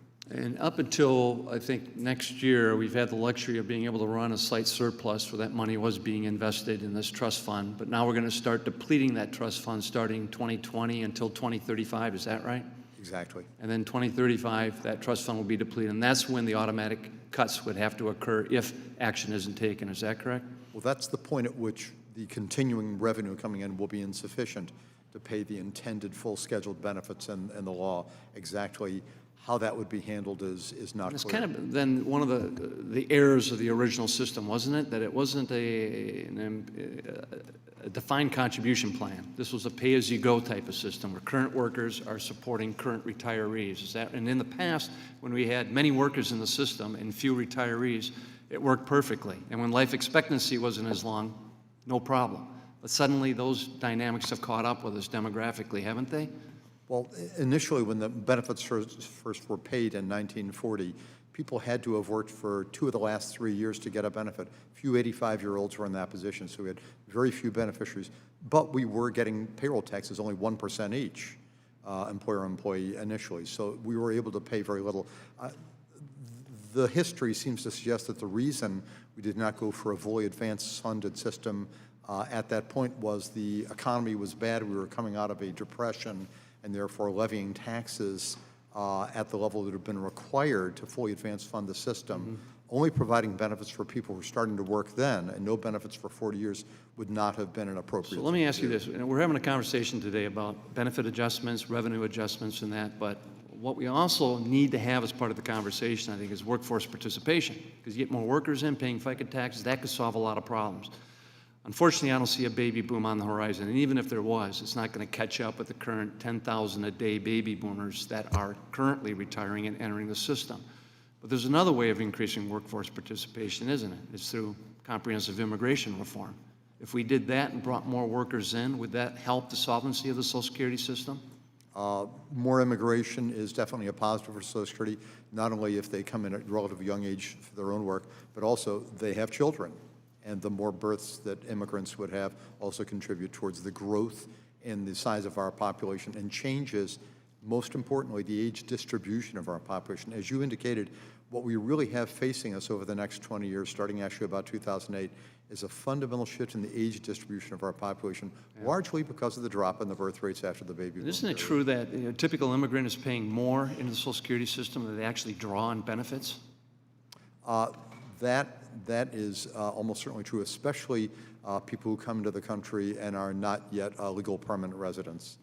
By and large, they will not receive benefits at all. Since I'm running out of time, let me just get to my final point. I'm one of the few, if maybe the last Democrat that hasn't co-sponsored Mr. Larson's bill, and we're in deep conversations about it. But one of the hesitancies I have, and the point has been made, that relying on just a FICA tax increase, you're relying on the most regressive tax in the tax code in order to pay for it. And that's kind of the genius of John's proposal, is using the existing structure of revenue and tweaking it, making some adjustments, and filling in the gap that needs to be filled in. But the true wealth in our country isn't being created through payroll recipients. It's through capital ownership. And it's your stocks and your bond owners, your real estate, your hedge funds, your private equity. This is where the wealth and the income inequality is expanding. So there may be other creative ways for us to be able to replenish the drop in revenue rather than just relying on the most regressive tax in the entire system and expecting lower and middle-income families paying more in FICA taxes. So, John, that's one of the things I want to talk to you further on and see if there's any other way we can think creatively on the system. But thank you so much for the work you've done in advancing it, and appreciate the panel's testimony today. I yield back. Well, we welcome all ideas that people have, but we'd like to get them in writing and what the proposal is, because I think that that's always the best way to do it. And with that, let me recognize Mr. Wright. Thank you, Mr. Chairman. This is certainly an interesting conversation, and I've heard now the chairman and Mr. Kind and Mr. Blumenauer all say that this is a start of a conversation, and I thank you, Mr. Larson, for bringing this as far as you have. I don't think that the plan in its current form is it's a finished product. I think it's a conversation starter. I think if we brought it forth in its current form, I don't think it would go anywhere. You know, my area is growing very quickly with folks retiring from the Northeast into South Carolina, and certainly Social Security is extremely important to that demographic, and obviously people are threatened by the potential insolvency of Social Security. We have to solve it. We have to make that promise that we've made to our seniors absolutely golden. I 100% agree with that. But the basic problem here, you know, with the baby boomers retiring and the reduced birth rates and all that, is that we didn't quite withhold enough. I mean, that's the basic problem. We didn't quite withhold enough. So if we didn't withhold enough during our baby boom generation, if I didn't pay enough in personally, then who should make that up? I mean, should it be those people, or should it be the younger generation who already face a whole lot of problems that we didn't face coming through as baby boomers? In fact, you know, I really focus really hard on trying to make sure this younger generation has as much opportunity as we did when we came out of school. I'm really concerned about that. And here now, we're talking about not only them facing this reduced opportunity, but oh gosh, we didn't withhold enough on the baby boomers, so guess who's got to pay for that? You guys do. And that doesn't, the young, you know, our children do and our grandchildren do. And that truly, basically, does not seem fair at all to me. So, you know, when I want to get straight on the math, Mr. Goss, there's been all this talk about the math is wrong, but let's take a guy who makes $60,000 a year, he's got 2 kids. $60,000 a year is about the median household income. So he doesn't have to pay hardly any income tax, right? But he has to pay the Social Security tax. Let's say the guy's a plumber, so he pays both sides, right? He gets a 0.1% tax increase year one, right? $60,000, that's $60. That's not much. But year two, it's that $60 plus another 60, right? So now we're $120. Year three, another 60, that's $180. Year four, another 60, that's $240. And when it's fully phased in, the guy who's making 60 grand a year and got 2 kids, he's paying another $1,440 a year to cover the fact that we didn't withhold quite enough. And that truly seems completely unfair to me. We need a balanced solution. We've got, nothing's going to happen. It's got to be bipartisan. All these fixes for Social Security have always been bipartisan. You talk about a plan, well, you know, President Obama actually sought a bipartisan solution, and he put forth the Simpson-Bowles Commission. Simpson-Bowles Commission had some really interesting ideas on how to fix Social Security. It was headed up by Erskine Bowles and Alan Simpson, a Republican and a Democrat. It had Republican and Democrat members, and they came up with broad solutions on how to fix it. President Obama got the recommendations and stuck them on the shelf, and that's where they've been ever since. But that might be a good starting point. We have to do this, though. This is something I agree with Mr. Blumenauer. Social Security will never be allowed to become insolvent. Everybody up here recognizes that. It's just a matter of actually starting a bipartisan conversation, having these hearings on a bipartisan basis, and really exploring solutions rather than throwing up a plan and saying, this is the plan and we're going to take this or leave it, however it is. So again, my friend, thank you for bringing this up, and I look forward to meaningful conversations. As Mr. Blumenauer said, we haven't really had a meaningful conversation. I look forward to meaningful conversations on how we address and correct this problem. I yield back. I thank the gentleman, and we look forward to meaningful plans as well. And so with that, I will recognize Mr. Pasquale from New Jersey. Thank you, Mr. Chairman. The James Hatfield, Ernest Hemingway, John Donne, and one of my favorite musical groups, Metallica, all asked, for whom the bell tolls. For whom the bell tolls. And that's what this is all about here. I've heard the same speeches since I've been here, 10 years ago, 20 years ago, about don't worry about it. We always get down to this point, and then we rise up like the sun, and we take care of Social Security. Well, if we take that attitude, we're going to wait another 10 years, and then we're getting very close to the red line. We talk about the red line in terms of the environment. Now we see tangible signs all around us. We're not so sure. What are we going to do next? This is a critical question, not only for those people on Social Security, for a lot of children who are on Social Security, for a lot of people, SSI, talking about a lot of people here. We've been through the possibility of privatization. I made a commitment when I ran for office I would never vote for any kind of privatization or cut in benefits. And I am sticking to it. That's it. That's my story. And I want to find a way. I want to be part of all of us finding this solution. And John, you brought us to the water. And he's done a great job in doing that. There isn't one meeting I've ever gone to with John anywhere in this country. I've traveled with him. That he always listens to ideas.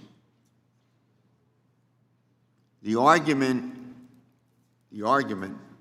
that we, about what's fair, why should some people have to pay for other people? Well, we did that with health care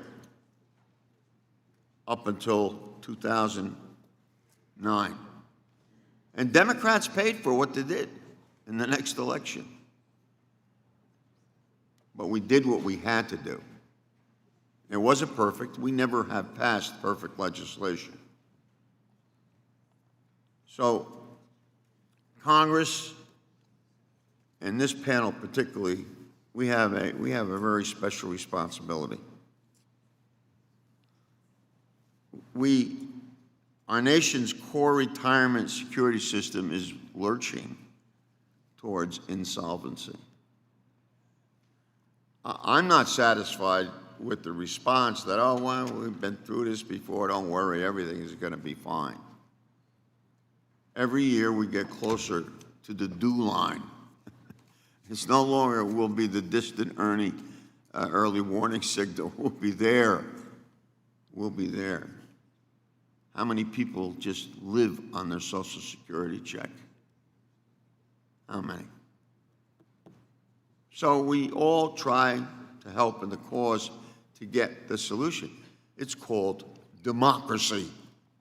And when we try it, it works. Not all the time, because no one's perfect here. Social Security lifts more Americans out of poverty than any other federal program. 21 million people last year. That's a great number. I want to ask a question to Nancy, if I may. Ms. Altman, in your testimony, you know that the features of Social Security are not found in private alternatives. Can you elaborate on why a private alternative would not match Social Security? Exactly. Social Security has the best features of both defined contribution plans and defined benefit plans. Go for it. Go for it. So that Social Security is completely portable from job to job. It's good for long-term employees. It's also good for short-term employees. So those are the features of defined benefit, defined contribution. But in addition, it has benefits you cannot find and cannot purchase in the private sector. So for example, if you have a spouse, you have a joint and survivor annuity piece. But unlike private sector where the life insurance piece goes down, this is an add-on benefit. You have benefits for children, which you do not generally have under traditional pension plans. You have the disability insurance and the survivor's insurance. Mr. Ross's office has calculated the value of these benefits, and it is hundreds of thousands of dollars for someone earning about $30,000 with 2 young children. Thank you very much. Thank you, Mr. Chairman. Schweikert is recognized. Thank you, Chairman Larson. Mr. Brady. Okay, I want to walk through, I think you're going to hear Republican, Democrats, we all agree, we've got to protect the system. We are doing great violence to the system here unless we have sort of an honest, unified theory. So let's think, what did we do on the floor yesterday? We took care of a small portion of the multi-employer pension systems that are collapsing. But we only took care of maybe 20% of them. The others, we cut adrift.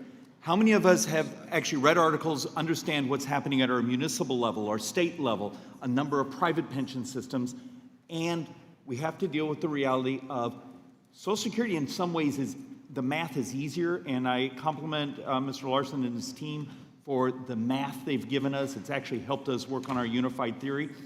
Medicare is the 110,000-pound gorilla that's that's driving us. So let's walk through some of the math, and then I'm going to bring you only one board today. I thought that would make you happy. Next 10 years, 91% of the spending increases in this government, next 10 years, 91% are just Social Security, Medicare, healthcare entitlements. Next 30 years, if you remove Social Security and Medicare, the budget, the cash balance, is actually in the trillions and trillions and trillions in the positive side. If you pull Social Security and Medicare in, now this board is a year out of date, the updated board, but the numbers are pretty similar.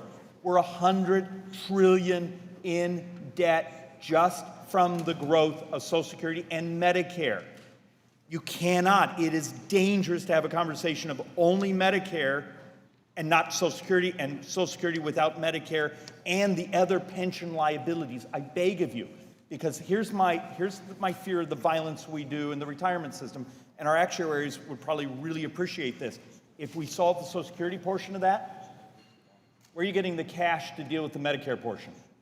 Where are you getting the cash to deal with the rest of the multi-employer? Where are you getting the cash to deal with the municipal? Where are you getting the cash to deal with the states?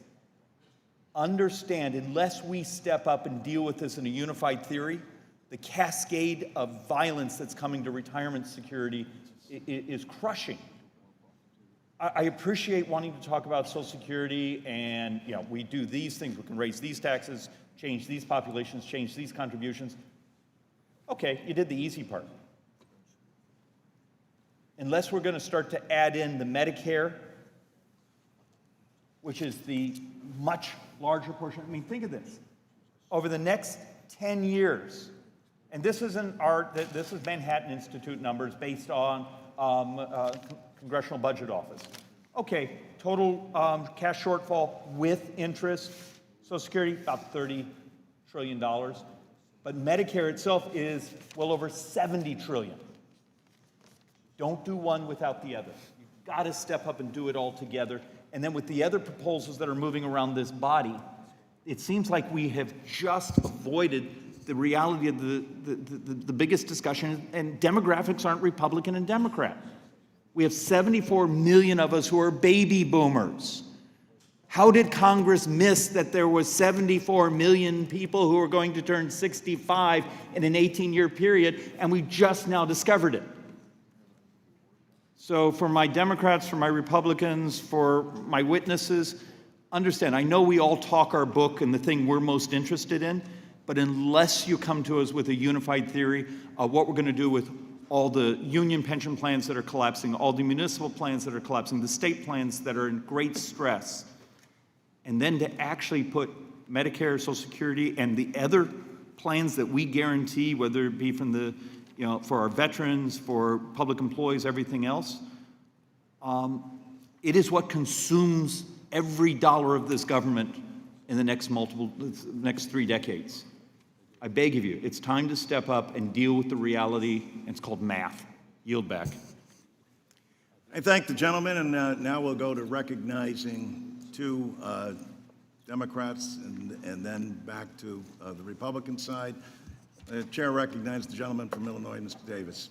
Thank you very much, Mr. Chairman, and let me commend you for the passion and enthusiasm that you've brought to this process and the tremendous interest that you have helped to raise across the country in what I consider to be one of the most important issues facing us. Listening to this conversation sort of reminds me of my father, that we finally got to retire after he was 87 years old, because he was always seriously concerned about pride, self-sufficiency, the notion that he could take care of himself and he didn't need any help.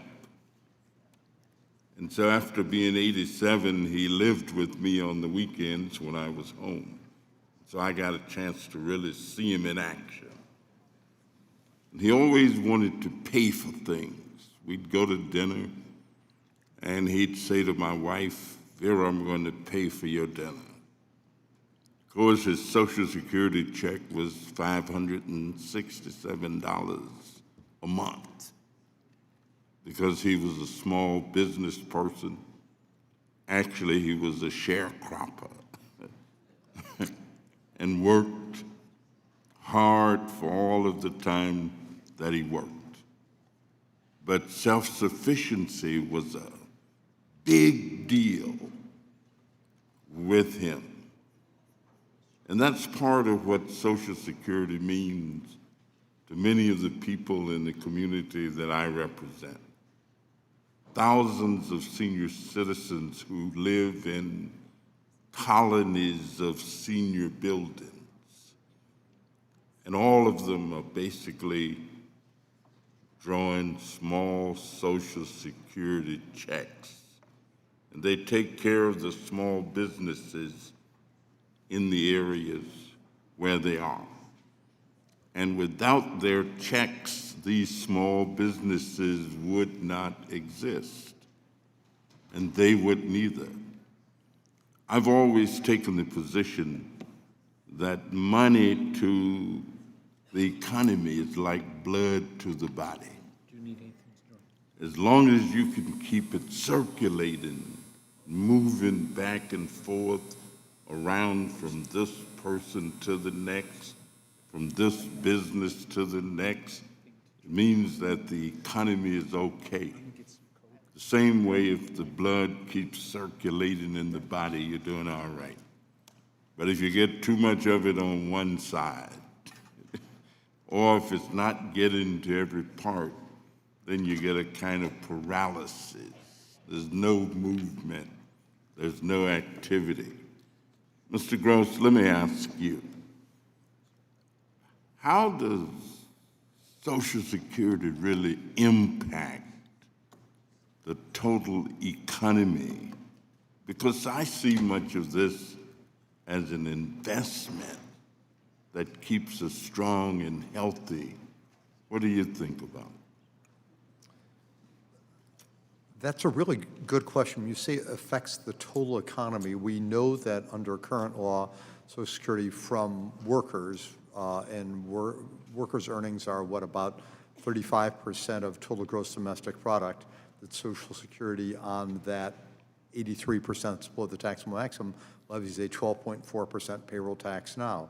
Nobody likes to pay payroll taxes, but that is paid in. That's close to $1 trillion that is brought in taxes. However, because Social Security is a pay-as-you-go system, essentially that same amount of money goes out to beneficiaries. So one of the questions in economics is who's paying and who's receiving. Pay-as-you-go system is basically a redistributional approach. And in terms of generating economic growth, one thing you need to have economic growth is to have demand for goods and services. And especially under this bill, where much of the payroll tax increase would be people above our current $132,900 taxable maximum, not immediately, but far out in the future. Those individuals, as an economist would tell you, have a relatively low marginal propensity to consume. Each extra dollar of income, they're going to probably spend less of that on buying goods and services. Whereas our beneficiaries, if we maintain the benefits scheduled in current law, instead of having the 20 or 25% reduction, they will tend to spend more of that additional money that they're able to retain on buying goods and services. So it's at least on balance probably a net nothing effect and possibly a net positive effect of what Social Security does for the growth of GDP. Thank you. Our time is up. Thank you, Mr. Chairman. Sanchez. Thank you, Mr. Chairman, and to all of our witnesses, thank you for joining us here today. I do want to also add my voice to those that are thanking Chairman John Larson for his leadership on fighting to protect and strengthen Social Security for current and future retirees. Social Security isn't just a guarantee, and it's certainly not an entitlement. I hate that term because it's an earned benefit that working Americans pay into over the course of their careers. More than 112,000 seniors in my district depend on that benefit to survive, and the Social Security 2100 Act will give them a much-needed increase to account for the true cost of living that they're facing. The reason that current Social Security benefits are inadequate isn't just because traditional defined benefit pension plans are increasingly rare. Social Security benefits are calculated by your lifetime of earnings, and women and people of color are inherently at a disadvantage when it comes to their earnings because on average they're paid less over the course of their lives and have higher rates of disability than their white or male counterparts. Being a Latina woman, I am acutely aware of that. Without Social Security, 46% of Latino seniors would live in poverty. Less than a fifth of Latinos receive retirement benefits from something other than Social Security, and that is lower than any other demographic group. That means that they're scraping by on a meager average annual income of a little over $14,000 for Latino men and about $12,000 for Latinas. The death of a spouse can make that disparity even harder. The average widow sees a 33 to 50% reduction in Social Security benefits after the death of her spouse. However, they need about 79% of their combined income to maintain their standard of living as a widow. That's why I've introduced a bill to ensure that widows and widowers maintain 75% of their combined income after their spouse passes. Ms. Altman, I'd like to ask you if you could please expand on the difficult financial choices that widows and widowers face after losing a spouse and how additional benefits could help them. Absolutely. And I think your legislation is extremely important. The Social Security has really transformed the nation and really reduced poverty among seniors in particular. But there still are disproportionate pockets of poverty, and one of those are widows as well as divorced women, and single women are in that category too. So that when you've got a two-earner couple and one of the spouses dies, the man dies, the woman is left, the income is cut in half. And often your expenses don't drop by half. And that's why expenses keep going up. Your expenses keep going up. It's why your bill is important, also why the 2100 Act is important, because not only are there the across-the-board increases, women, Hispanic women in particular, but all women on average live longer than their male counterparts, and having an adequate cost of living adjustment so that benefits don't decline over time, erode over time is important. That's one of the major features of Mr. Larson's bill that I'm very excited about. Ms. Zaputi, I know firsthand how difficult caregiving can be, and I've been proud to work with my colleague, Mr. Kelly, on a bill to provide a tax credit for caregiving. The Social Security 2100 Act also provides much-needed support for caregiving. Can you talk a little more about how this bill would help workers provide care to their loved ones? Yeah. Especially when it comes to the caregiving credit, we need to ensure that families, especially women who usually tend to be the ones that caregive for their families, whether they are mothers or whether they are taking care, or are daughters taking care of their families, we need to ensure that when they take time off of work, when they take time, when they decide to completely leave their job to caregive full time, that there is a caregiver credit at the end of their lifetime so that it can ensure that they do end up getting their full credits at the end of their lifetime to be able to get their full Social Security benefits. And so that is something that would consequently be the saving grace to some of these Latino families in their intergenerational homes. Okay, and Ms. Zaputi, the proposals that we hear from the other side of the aisle to supposedly strengthen Social Security would actually either mean a less generous COLA or an even higher retirement age. Can you talk about what this would do to the disparity between Latino retirees versus their counterparts? Sure. I think just in general, being a millennial, we're already seeing benefits cuts because we won't be able to retire until we're 67. That is a benefit cut in its own. Secondly, when we're looking at the different areas on how to actually give better benefits to Latino communities and actually all Americans all around, because whatever benefits Latino communities will actually benefit Americans across the board, we need to ensure that these different pieces of legislation are being set up to ensure that these American families do have enough money at the end of their lifetimes. Thank you so much, and I yield back. Ms. Wolarski. Thank you, Mr. Chairman. Thank you to all of our witnesses for being here today and sharing your expertise. It's no secret that Social Security is in desperate need of long-term financial stability. In the near future, it faces a shortfall in the trillions of dollars and an impending inability to fully pay out benefits that Americans have rightly earned. I share the same goal as every member on this dais to ensure that this crucial program is protected for current recipients and future generations. And I know firsthand how impactful these benefits are in the lives of Americans, with a mother of which I am a caretaker of who receives Social Security benefits. Clearly, these significant financial issues with Social Security must be addressed sooner rather than later.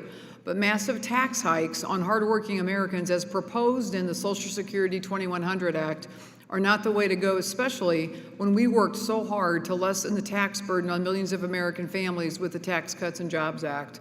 These tax hikes would only serve to hurt American workers and undo the growth we've seen with our nation's small businesses. I'm also disappointed that the Democrats' proposal does nothing to address a problem known as the retirement earnings test, which reduces benefits for Social Security recipients who haven't yet hit their full retirement age and continue to work. The RET limits choices for seniors and acts as a disincentive for those who want to continue working after claiming Social Security benefits. This Congress, I'm proud to lead the Senior Citizens Freedom to Work Act, formerly championed by Social Security Subcommittee Chairman Sam Johnson, which would eliminate the RET for all Social Security beneficiaries and build upon legislation in 2000 that eliminated the RET for those at their full retirement age. I hope that we can work together, hope I can work with my colleagues on the other side to move this common sense provision and ensure that seniors have the freedom to work without being penalized by the government. Changing gears just really quickly, Mr. Goss, the Larson plan cuts taxes for seniors by increasing the amount of earnings a person has to have for their benefits to be subject to income taxes. This is an idea that does have bipartisan support. However, while the Larson plan increases the thresholds for the tax on benefits to start, it does not index them. This is the same problem that we have with current law. If the $25,000 threshold created in 1983 had kept up with inflation, what would it be today? Back at that time, the rate of increase in inflation by the CPI has since 1983 up to 2019 increased by about 150%. Therefore, the $25,000 threshold for subjecting benefits to tax for a single filer, if it had gone up by 2.5, it would go up to $62,500, and for the joint filer, the $32,000 threshold would have gone up to $80,000. So in the Larson bill, those numbers would be taken up to $50,000 and $100,000. 50 is not quite as high as the $62,500 for single filers, but actually 100,000 is higher than the 80,000 for the joint filers. Gotcha. So while the Larson plan increases the thresholds, it doesn't treat seniors today the same way as seniors back in 1983. I think we need to make sure that our seniors aren't facing a backdoor tax increase due to poor policy design, such as what we're talking about today. Such an increase could be devastating on many seniors, especially those who have carefully budgeted every penny for retirement over the course of years.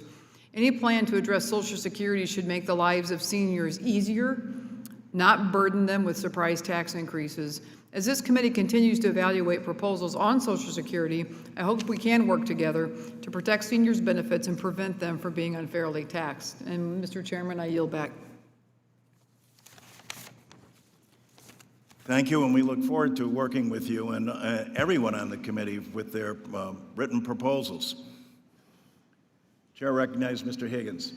Thank you, Mr. Chairman. Our colleagues on the other side have talked about program solvency, and they talk about math, but every time they talk about math, they leave the room when the very thing we should be talking about is the math.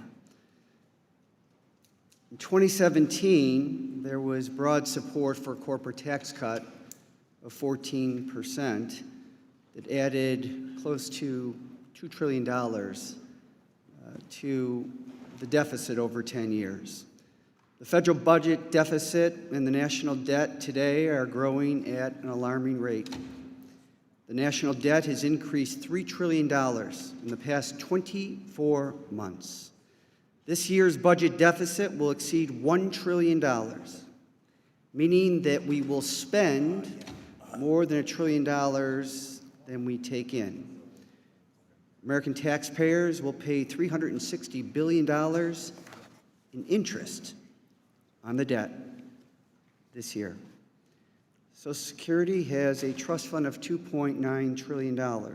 By law, the money that is not paid out in benefits are invested in Treasury securities, from which the federal government borrows to pay for the government programs that don't pay for themselves.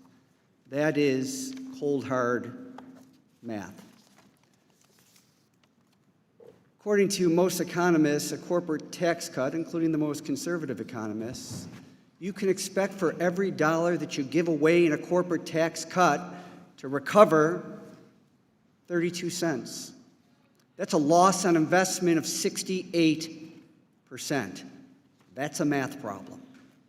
Social Security, in addition to being probably or arguably the greatest anti-poverty program in the nation, adds growth to the economy. We have a $21 trillion economy, 70% of which is consumption. For every dollar that you put out for a Social Security benefit, $2 in economic growth results.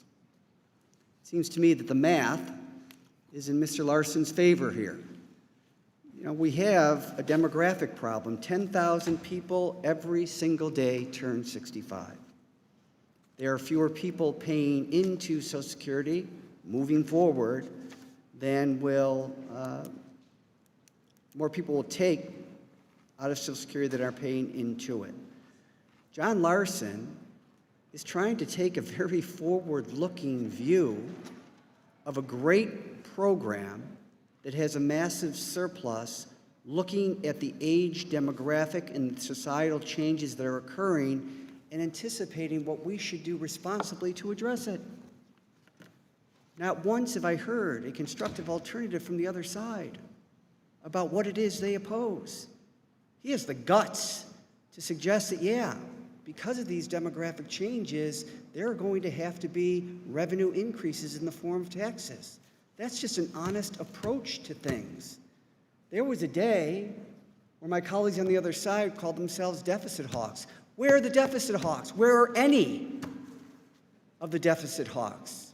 Here is a member of Congress who has worked hard over the last 24 months and before that to protect, to strengthen Social Security, to increase the amount of monthly checks for Social Security beneficiaries so that they will spend it and add growth to the American economy. His bill provides a real cost of living adjustment to keep pace with real inflation, including the highest costs associated with older Americans, that being rising health care costs. And he provides a tax break for some Social Security beneficiaries that can't afford it, and he puts a little bit more burden on those who clearly can. This is a good bill. Mr. Goss, I'm sorry to have taken up so much time, but you're the math guy here. What are we missing? I'd say you've got it about right. I mean, I guess the one thing that I would suggest that's perhaps been missed here is discussion of exactly what the effect for millennials would actually be. If you look, for instance, I have one little example here that I worked up. If you look at a millennial born in 1990, that's about the middle of what I understand to be the millennial generation. If you look at the additional taxes a $50,000 a year millennial earner would have, starting in 2020 up through 2043, remember the 2.4%, even counting all of the 2.4%, is out of their pocket.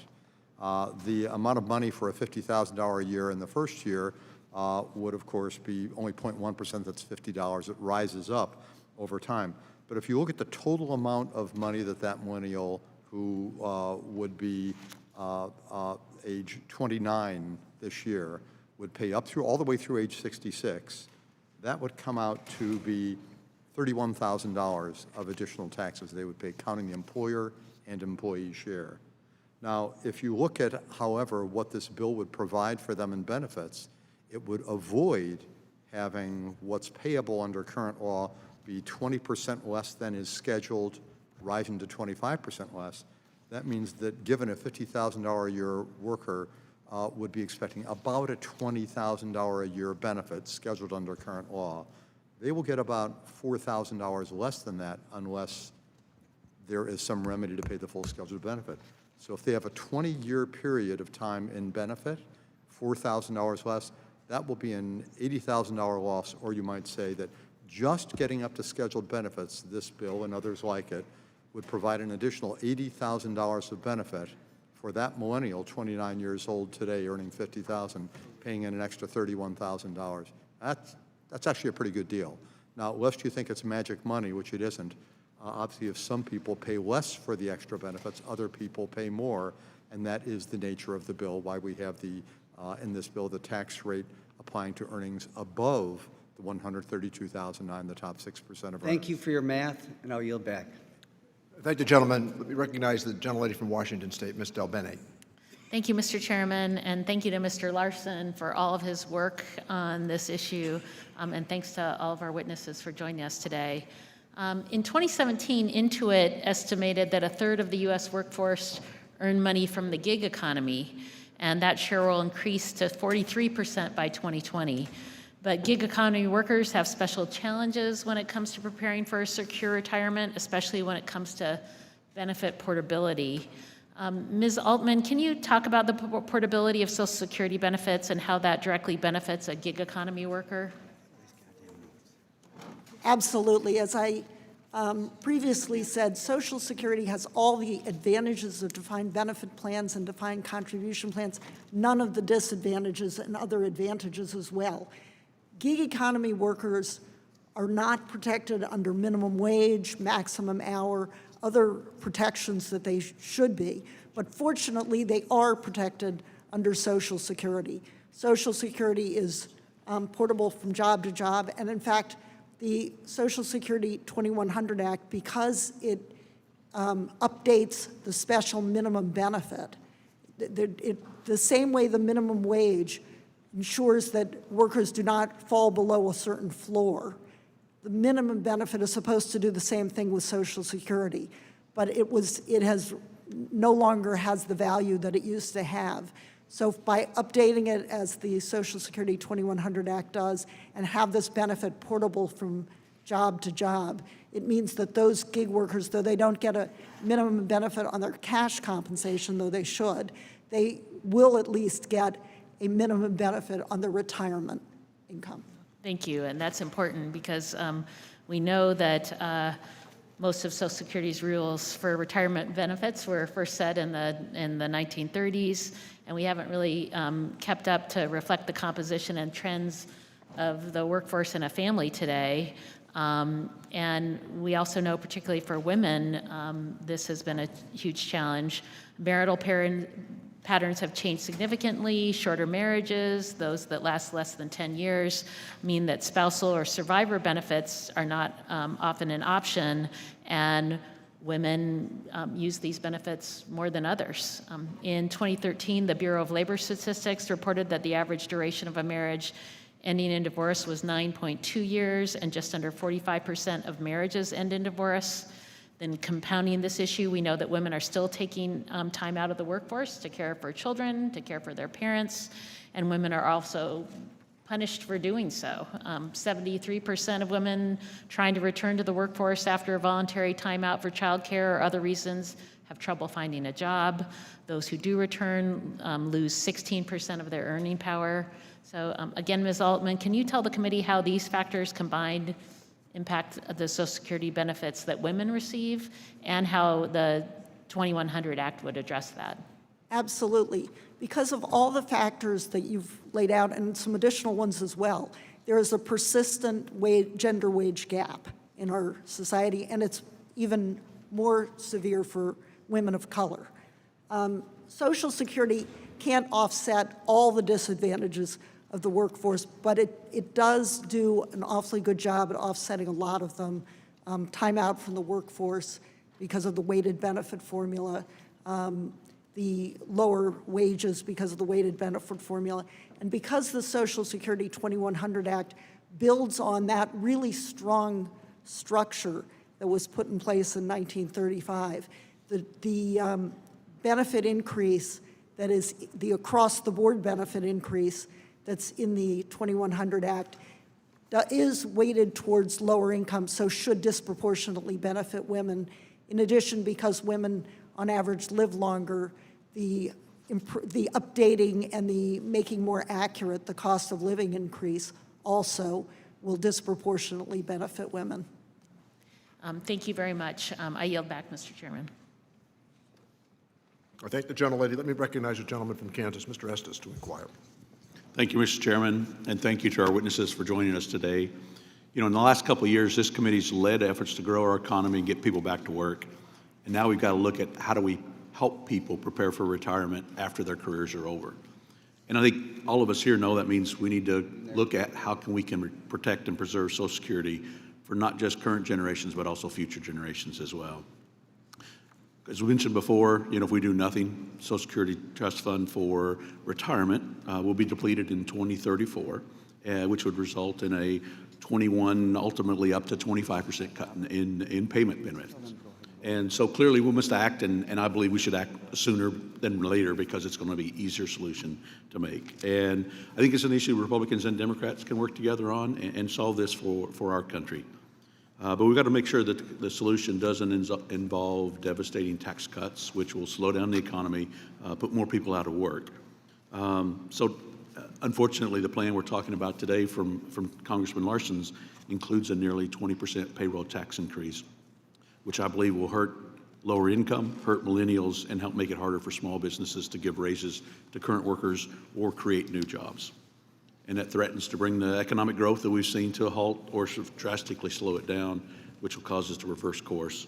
And that's something that, you know, the Tax Cuts and Jobs Act have helped working families keep more of their money that they've earned.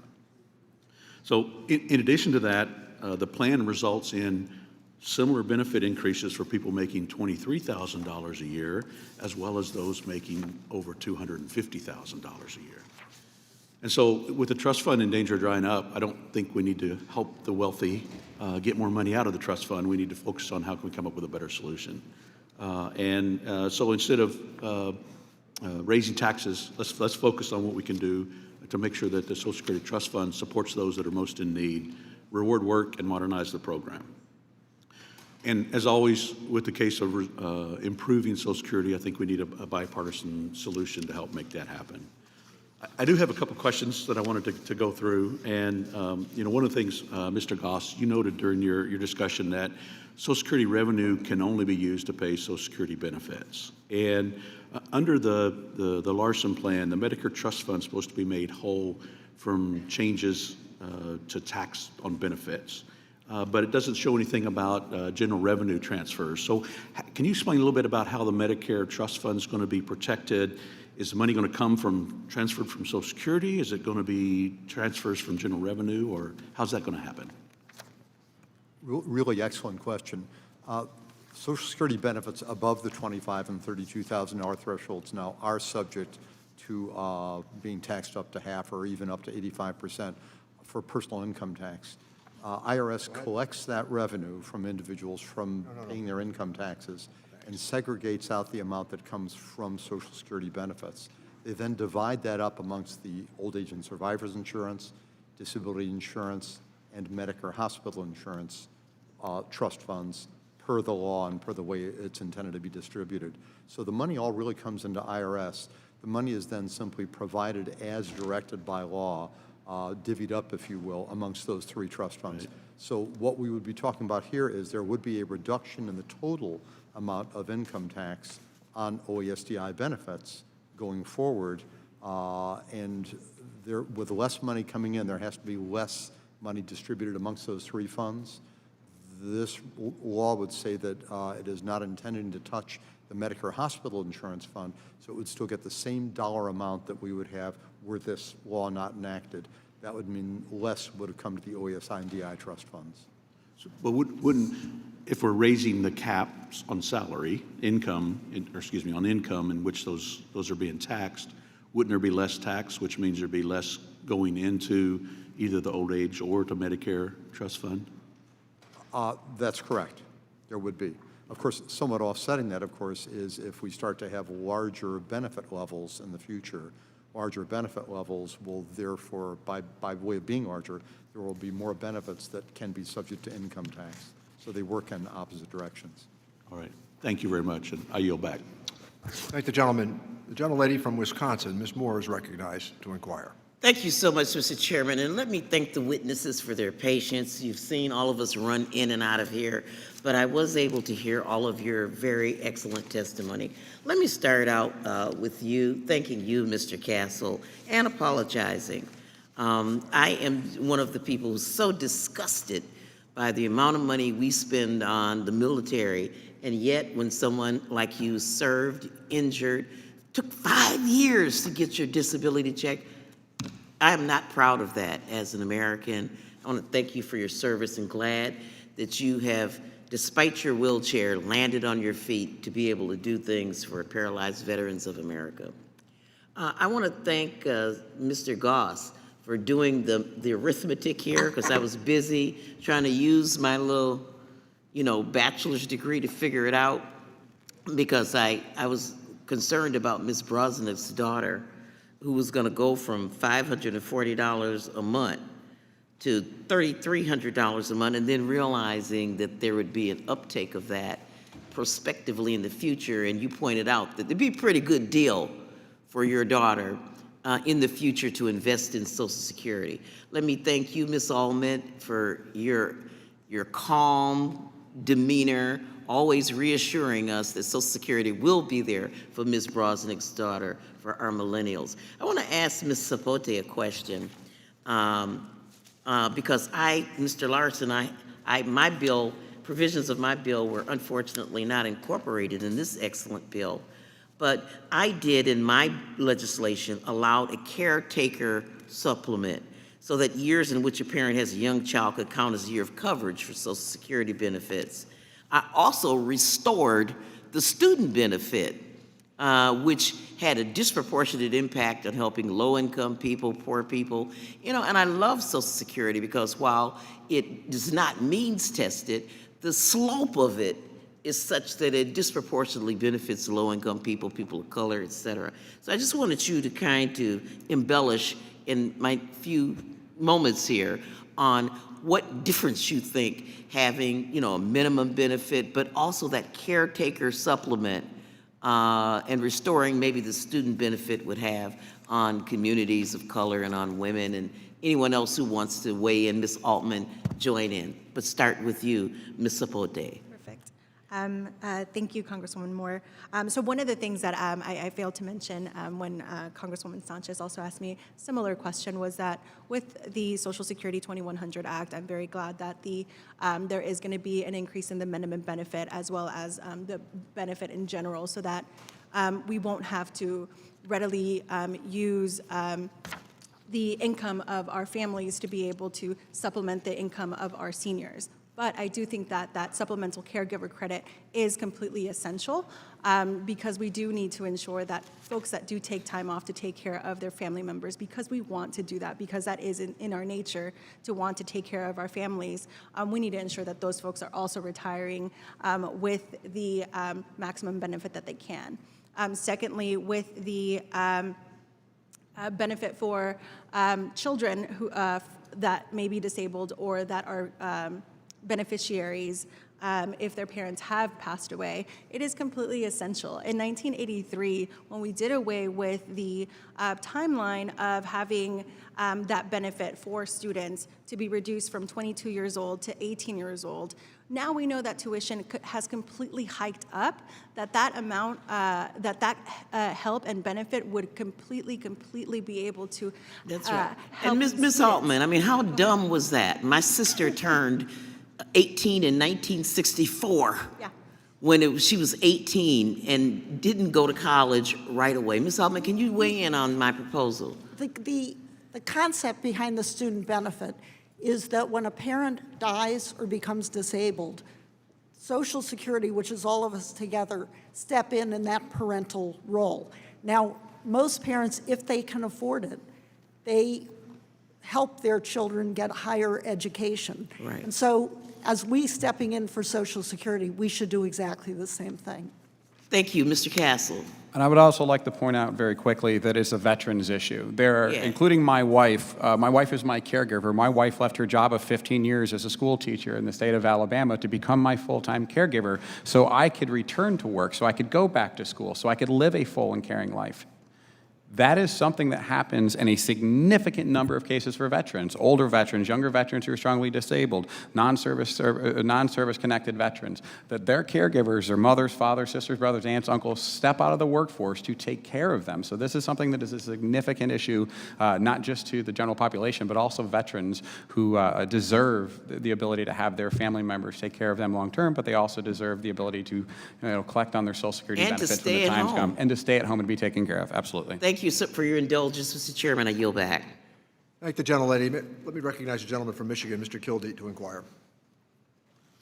Thank you, Mr. Chairman, for holding this hearing on what is obviously a very important topic. Social Security is vital to security in our country. It's vital to economic security, and it's particularly vital in achieving what was its initial mission, and that is to reduce poverty among seniors in this country. But obviously it goes much beyond that now. More than 1 in 6 Americans benefit directly from the program, including obviously retirees, but spouses and children, disabled workers. This is the most successful social insurance program in the history of the world, and it's something that we have an obligation, as I know the chairman and particularly Mr. Larson have said, we have a responsibility to make sure that we safeguard this program. So our work in trying to achieve that is necessary. It's not just a good idea to improve Social Security, it's an obligation that we have. And simply talking about the problem and not offering concrete solutions doesn't do anything to ensure that this program is going to be there when people need it.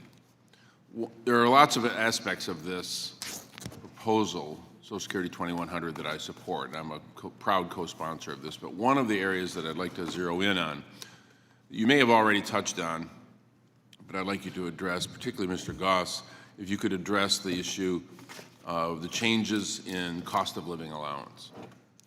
And again, you may have touched on this, but for me, could you just address that a little more specifically in terms of what the differential would be between what the current calculation is based upon and what 2100 would have COLA based upon?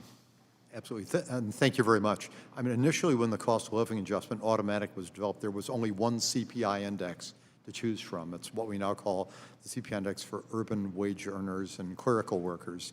Since then, the BLS has developed several others, including the CPIE, which is based on the purchasing patterns of people 62 and older, which is coincidentally the age of our retirees.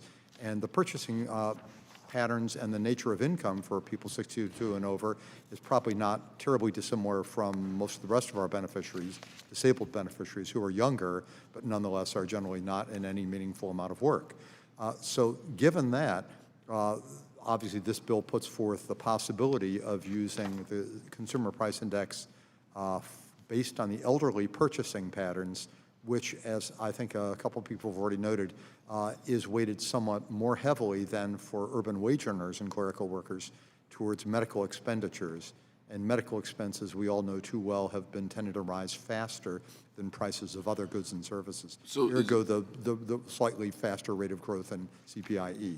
So is it fair to say then, given the true market basket, if you'd call it that, of products and services that a senior or a typical Social Security recipient is likely to require, is such that if we don't make this change, the net effect, given that that market basket is fairly predictable, is even though a cost of living allowance would apply, the purchasing power of a senior, compounded over time particularly, actually goes down. So we're actually putting more financial stress on the very recipient that we intended this program to support by not aligning the cost of living allowance with a market basket of goods that is a more predictable market basket for those recipients. Is that a fair way to characterize the change? I would say that's correct based on the market basket as determined by the BLS from their surveys of people in our economy. Thank you. And this just points out that what we have to do, even though this program obviously has been around for a long time, we have to continually look at the reality on the ground and make the necessary adjustments in order for the Social Security program to achieve its initial mission. It's also worth pointing out that many of the criticisms that we have heard of Social Security 2100, or as I often have it referred to as the Kildee-Larson plan, but many of the criticisms of this initiative sound very similar to the initial criticisms that were offered when the program was seen by some as a radical departure from the structure of our economy. This is the most important thing government has done. It's the most important thing that government has done, and we have an obligation to make sure that it continues to work. So I thank the witnesses for your testimony. I yield back the balance of my time.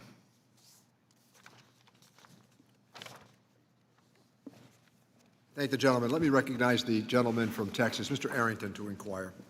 Thank you, Mr. Chairman, for holding this very important hearing on this incredibly important issue that I think we all agree needs to be addressed, and sooner rather than later, or we're going to pay all the more and create all the more disruption and instability and uncertainty for our beloved seniors in this country.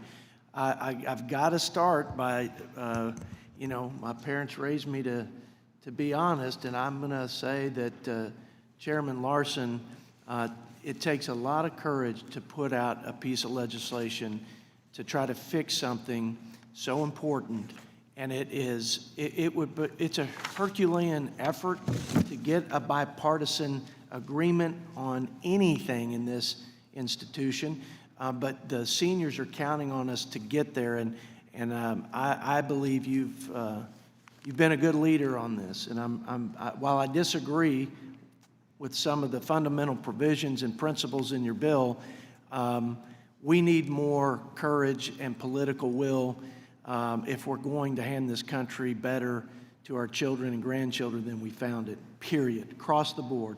So thank you for your good leadership. Now let me be critical of your bill. No, look, I have a problem with the tax hike. I mean, we've just seen this incredible response from our economy and the American people by providing the tax relief that they so desperately needed. People are living paycheck to paycheck, too many people. When you have 8 out of 10 Americans that would really struggle if they had an emergency that would cost over $500, that's just, that's hard to wrap your head around. And to think about a 20% increase on a very regressive, not the most regressive tax, on a payroll tax, I don't think that's the solution here. Again, I appreciate the fact that at least Mr. Larson is trying to pay for something around here. God bless him for that. I just don't think this is the way to do it. And look, small businesses are the economic engine of our economy. I used to work with startup companies at Texas Tech in Lubbock, Texas. We called it Silicon Prairie.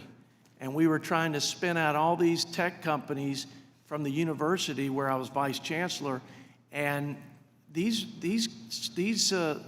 sole proprietorships had technologies to help us be more productive in agriculture and help our food supply more efficient with our resources, including water and medical devices, drug therapies. And I can't imagine having a 20% increase in the payroll tax on the employer and a 20% on the employee. It's too much. 50% of these startups will never make it. And to clip their wings from the outset is, well, it's just a non-starter for me. So the WEP is incredibly important to the folks in Texas and in my district, especially those ornery retired teachers that just show up at all my town hall meetings, like Joanne Snyder, who was at my town hall recently in Dimmitt, Texas. That's Castro County for anybody from Texas. And she said, I want the WEP fixed. And I tried to blame it on the Democrats, and she said, no, it's been going on for 30 years. And we've got to be able to take care to fix this low-hanging fruit and the inequity that still exists with folks who have income that was covered by the independent retirement system, like the teacher retirement system of Texas, and the income that was covered under Social Security. Now, I got on that bill because I think it's the Brady bill, but it used to be the Neal Brady, and I encourage my chairman to get on that bill because I think it's all the better with his name on it. And I'm serious. This is a great opportunity for bipartisan problem solving, and this is low-hanging fruit. Mr. Goss, you're familiar with the WEP and the inequity. Is this a straightforward, fix here? I mean, it's just a tweak to the formula so that we make sure the people that have put money into the system are getting the amount back that they are owed.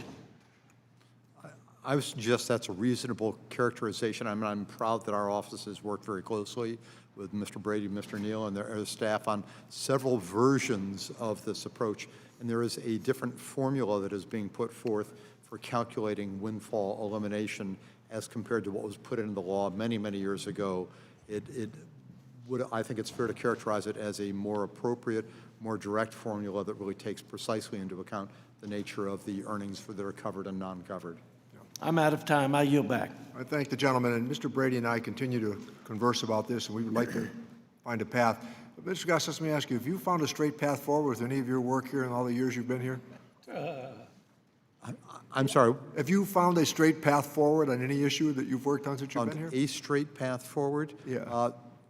Typically not. And I guess I would not to be too much out of my realm, but it is one of the beauties of our society and of our government that we have at least two major parties that can debate and discuss things and come to a conclusion that we can all best live with. Exactly right. The gentleman from Virginia, Mr. Byer, is recognized to inquire. Mr. Chairman, thank you very much. And I'd like to add my enormous admiration to Chairman Larson for fighting for this bill for so many years, and Chairman Neal for bringing this up as a major important issue.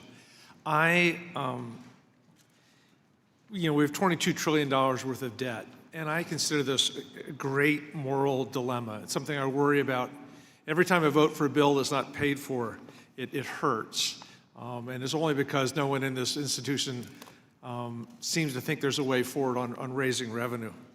And what drives the debt is Medicare, Medicaid, and Social Security. My friend from Arizona, Mr. Schweiker, talked about a grand theory, a unified theory. We've been looking for one in physics for 120 years unsuccessfully. We have an opportunity to address a third of this mandatory spending in a responsible way, and we need to do it. I know Mr. Goss has talked about a $19 trillion increase in the fees, taxes coming out of it.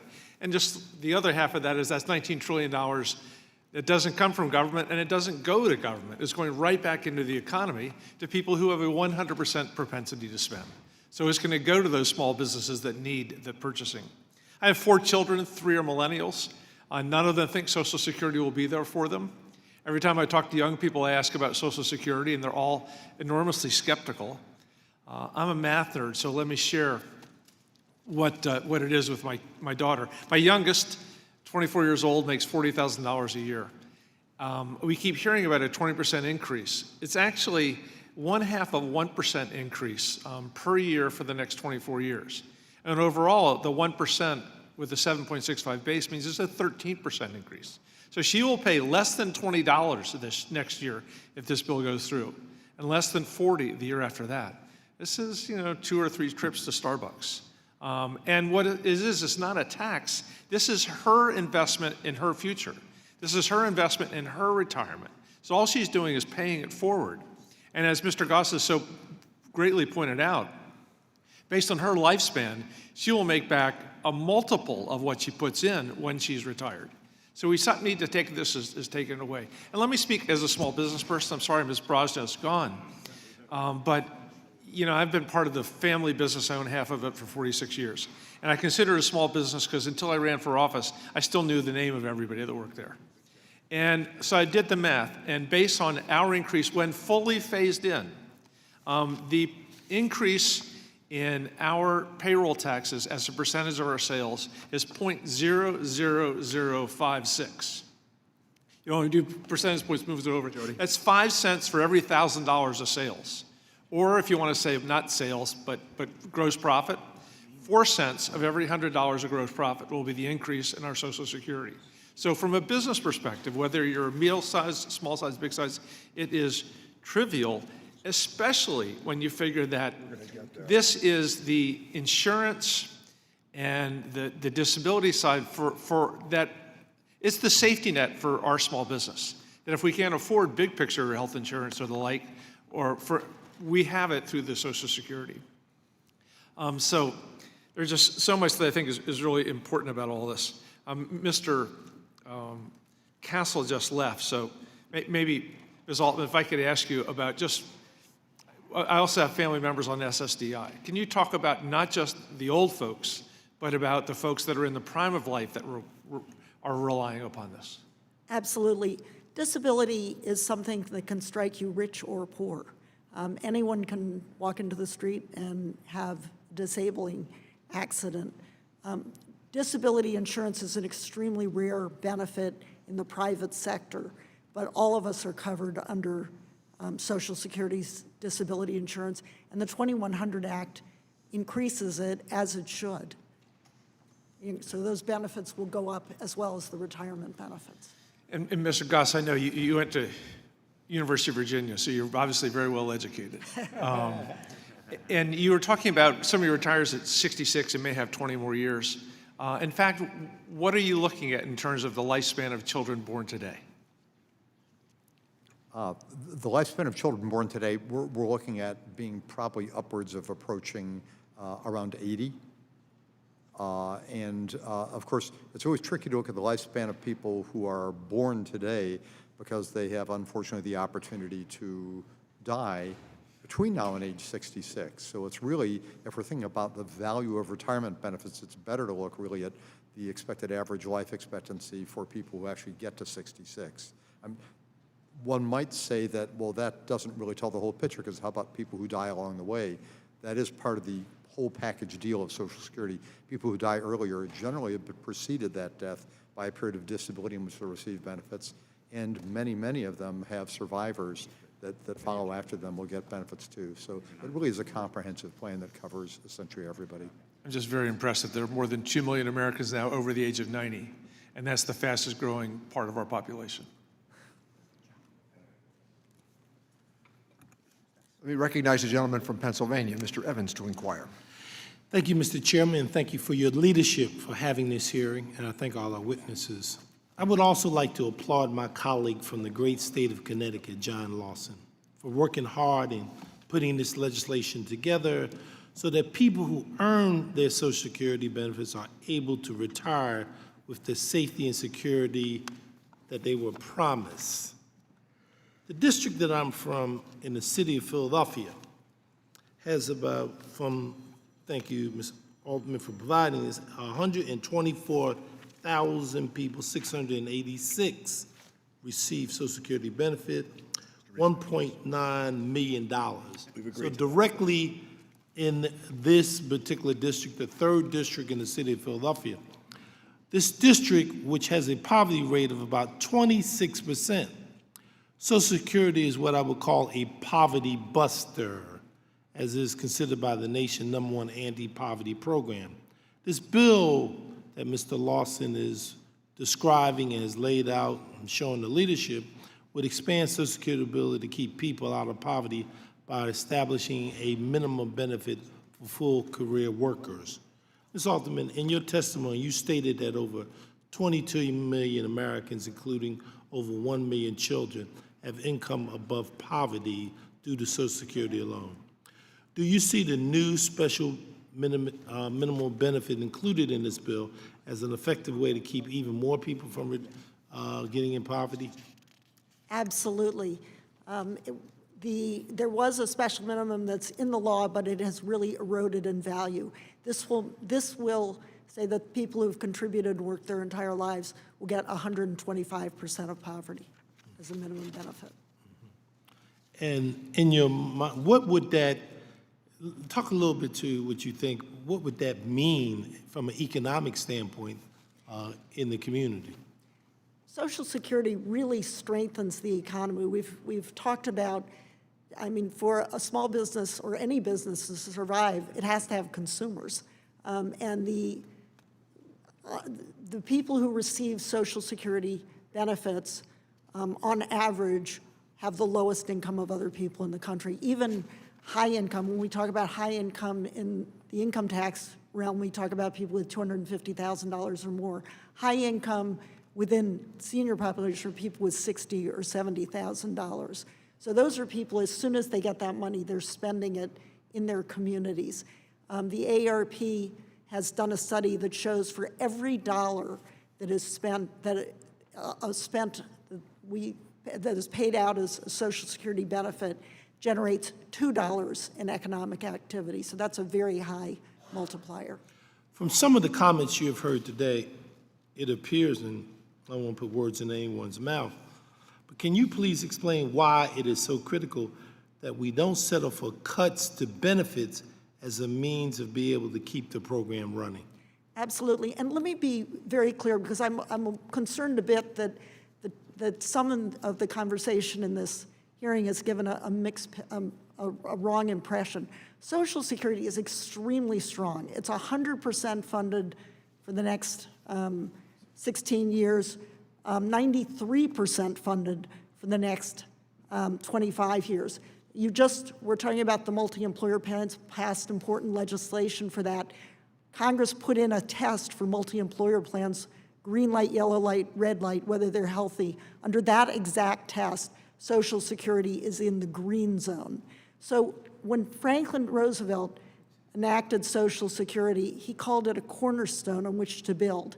Obviously, whenever you're projecting out 75 years, sometimes you're going to find unintended surpluses, sometimes unintended deficits. What you're doing here, I think, is maintaining the program. Social Security is a solution. It's not a problem.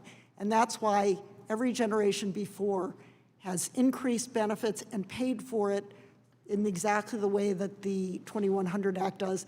And you're actually, as I said in my statement, are increasing the premiums by really 10 times lower than the average increase over the first, from 1935 to 1990. Only last thing I thought you was going to say is that John Lawson is our 21st century version of Franklin Delano Roosevelt. I thought you was going to add that, but I yield back to the chairman. I yield back. Thank you. We thank the gentleman. With that, let me recognize the gentleman from New York, Mr. Reed, to inquire. Well, thank you, Mr. Chairman, and I just want to start my commentary today as I sat here and I wanted to listen to all the members, and we've had the benefit of the testimony of this panel before in our subcommittee hearing room, and we appreciate the witnesses' input on this issue. And I'll start my comments by saying to the chairman, Chairman Larson, we do respect on this side of the aisle, as you can tell from the commentary and the record today, the leadership that you have demonstrated on putting this bill into the hopper. That is what true statesmanship is, and John Larson is a statesman. And I just want you to know we have the highest regard for you as we go through this process of resolving Social Security. Resolving Social Security is something that is personal to me. This panel has heard my story. I'll reiterate it, the short version of it today.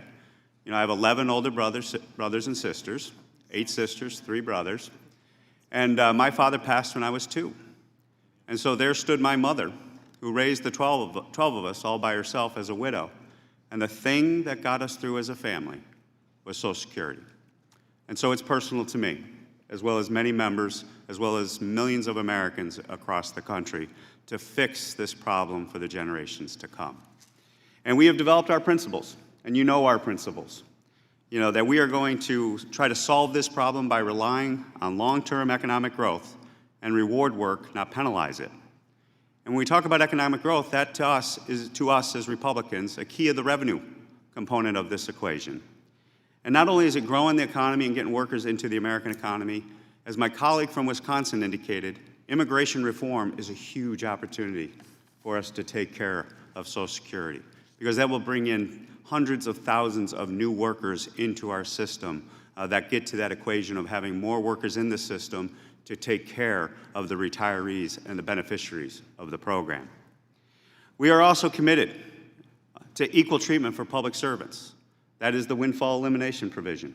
And I know that Chairman Neal and Chairman Brady, or Ranking Member Chairman Brady to me, always, are committed to fixing that problem as well as many of our colleagues are. We want to act now to protect future generations' benefits because we recognize waiting takes tools out of the toolbox to fix this that make it more draconian, more difficult to do. And we want to protect the most vulnerable people through focused reforms, those widows and others that need this system more than others based on their way of life. That acronym is LEAP. That is, we are going to leap together when we ultimately solve this problem. Republicans and Democrats, and truly, hopefully, the Reed-Larson bill that will go to the President's desk for signature. But at this point in time, the real issue is we need to fight what is one of the biggest obstacles we have. And the biggest obstacles, and to my colleague, Mr. Larson, I do this with the utmost respect, because I've seen the Starbucks cup of coffee prop, and I'm introducing a new prop today that ultimately we're going to bridge the difference with. And that is our coffee cup mantra. You know, my colleague on the other side, Mr. Larson, and who I love and has become a friend, has a cup of coffee that says, this is just a cup of coffee. It's a small 50 cents a week type tax. Well, as we see it on the Republican side, this is a large tax increase. This is the more size cup of coffee that we got to fight in regards to the tax increases we're looking at with this payroll tax. And so this prop will stand before us, not as a symbol of division, but as a symbol of a need to come together. And we will fight these tax increases on our side, but at the end of the day, I am confident that we are going to bridge this difference, and the message that I want to send to all of America today from this committee is that through honest disagreement, but respect and friendship, such as we have developed, John, you and I, we will lead this committee as well as Chairman Larson and Chairman Neal, and we will lead this Congress as one committee that still has that era of bipartisanship, that era of statesmanship that I can't think of a better chairman than Chairman Neal, who also articulates that.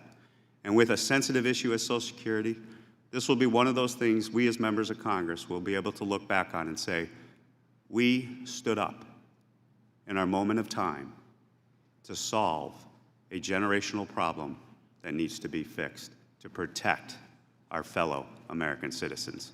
And with that, I yield back. I thank the gentleman. With that, let me recognize the gentleman from Illinois, Mr. Schneider, to inquire. Thank you, Mr. Chairman, and like my colleagues, I'm grateful that we're having this important discussion today. Social Security, as has been said, is, if not one of the greatest anti-poverty programs in our nation. And as my colleague from New York pointed out, for all of us, I think we have our personal stories. For me, it's very personal. My grandparents depended on Social Security. My grandmother Molly could not have survived without it. She created a big family. She was one of 6 kids. She had 6 children. All of us had as a family take care of each other. But her children, my aunts and uncles, could not survive today without Social Security. Her youngest son, my Uncle Stephen, was diagnosed with Parkinson's at age 37. He's 75 today. Social Security disability has allowed him to provide for his family. My cousins were able to go to college, to grow into the adults that they are because of the support that Social Security provided. My colleague from Texas, Mr. Arrington, noted that the seniors are counting on us. I want to take that a step further. Yes, indeed, the seniors are counting on us. The baby boomers are counting on us. But the Gen Xers are also counting on us, and my kids' generation, the millennials, are counting on us. The very idea of working for a lifetime and having the confidence of a future secure and dignified retirement is what we're talking about here, and every generation is counting on us to figure that out. But I also want to emphasize that our small businesses are also counting on us. Social Security is a safety net for small business. It provides insurance and retirement benefits so they can operate their business. Many entrepreneurs could not afford the insurance Social Security provides in the market. Social Security allows entrepreneurs to take risks, to pursue their dreams, to grow our economy, and to create jobs. Let me go back for a second to the generations. This is a watershed year. This year, there are now more millennials than there are baby boomers. Ms. Brezina, like you, I'm a parent of millennials. My boys are 24 and 26, early stages of their careers. I hope and I'm actually confident that my wife and I have done, I think, a pretty good job teaching them the values that will carry them forward in life. Top among those is the value of taking responsibility for themselves, for their personal decisions, but also for their future. And that includes saving for retirement. So it's Ms. Altman, I'll start with you. What % of workers today have access, if you know this, to a defined benefit or a defined contribution plan? Well, to a defined benefit plan, it's fallen to about 13% in the private sector.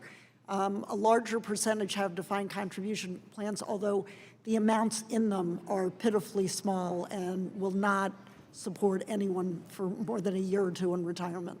So Social Security is part of that overall package. Again, this idea of teaching our kids this self-reliance and personal responsibility, contributing into their Social Security and the part that their employers get, that's part of the package, the compensation, as you said, workers' compensation, that allows them to have the confidence of the secure retirement, correct? That's right. The 2100 Act is really most beneficial to millennials and younger because they're the ones that are going to rely on Social Security the most, and it expands their benefits. Okay. So, as we think about it, these millennials, now this biggest generation alive today, they start retiring in about 30 years. And I'll start with Mr. Goss, but anyone can answer this. If we don't do anything, if this committee falls short of making the decisions to secure Social Security, what's going to happen to their retirement compared to what their parents, the baby boomers, are receiving today? Well, if you look at the level of benefits that their parents are receiving today compared to what their prior earnings were, and look at that sort of ratio, we call it a replacement rate. If you look at what will happen to the millennials 30 years from now when they retire, if we don't do something, and the scheduled benefits are dropped by 20 to 25%, they will have 20 to 25% less purchasing power relative to what they were used to in their working years as compared with where their parents are now. So I know others have said that we're putting this burden, by the conversation we're having and some of the ideas we're batting around, would put a great burden on young millennials. Inaction, it seems to me, is going to put a great burden on young millennials. Is that a fair statement? I think so. I guess a way of characterizing it perhaps is, you get what you pay for. And if we do not increase payroll taxes, then we will have to be receiving 25 to 33% less benefits in the future than have been scheduled in the law.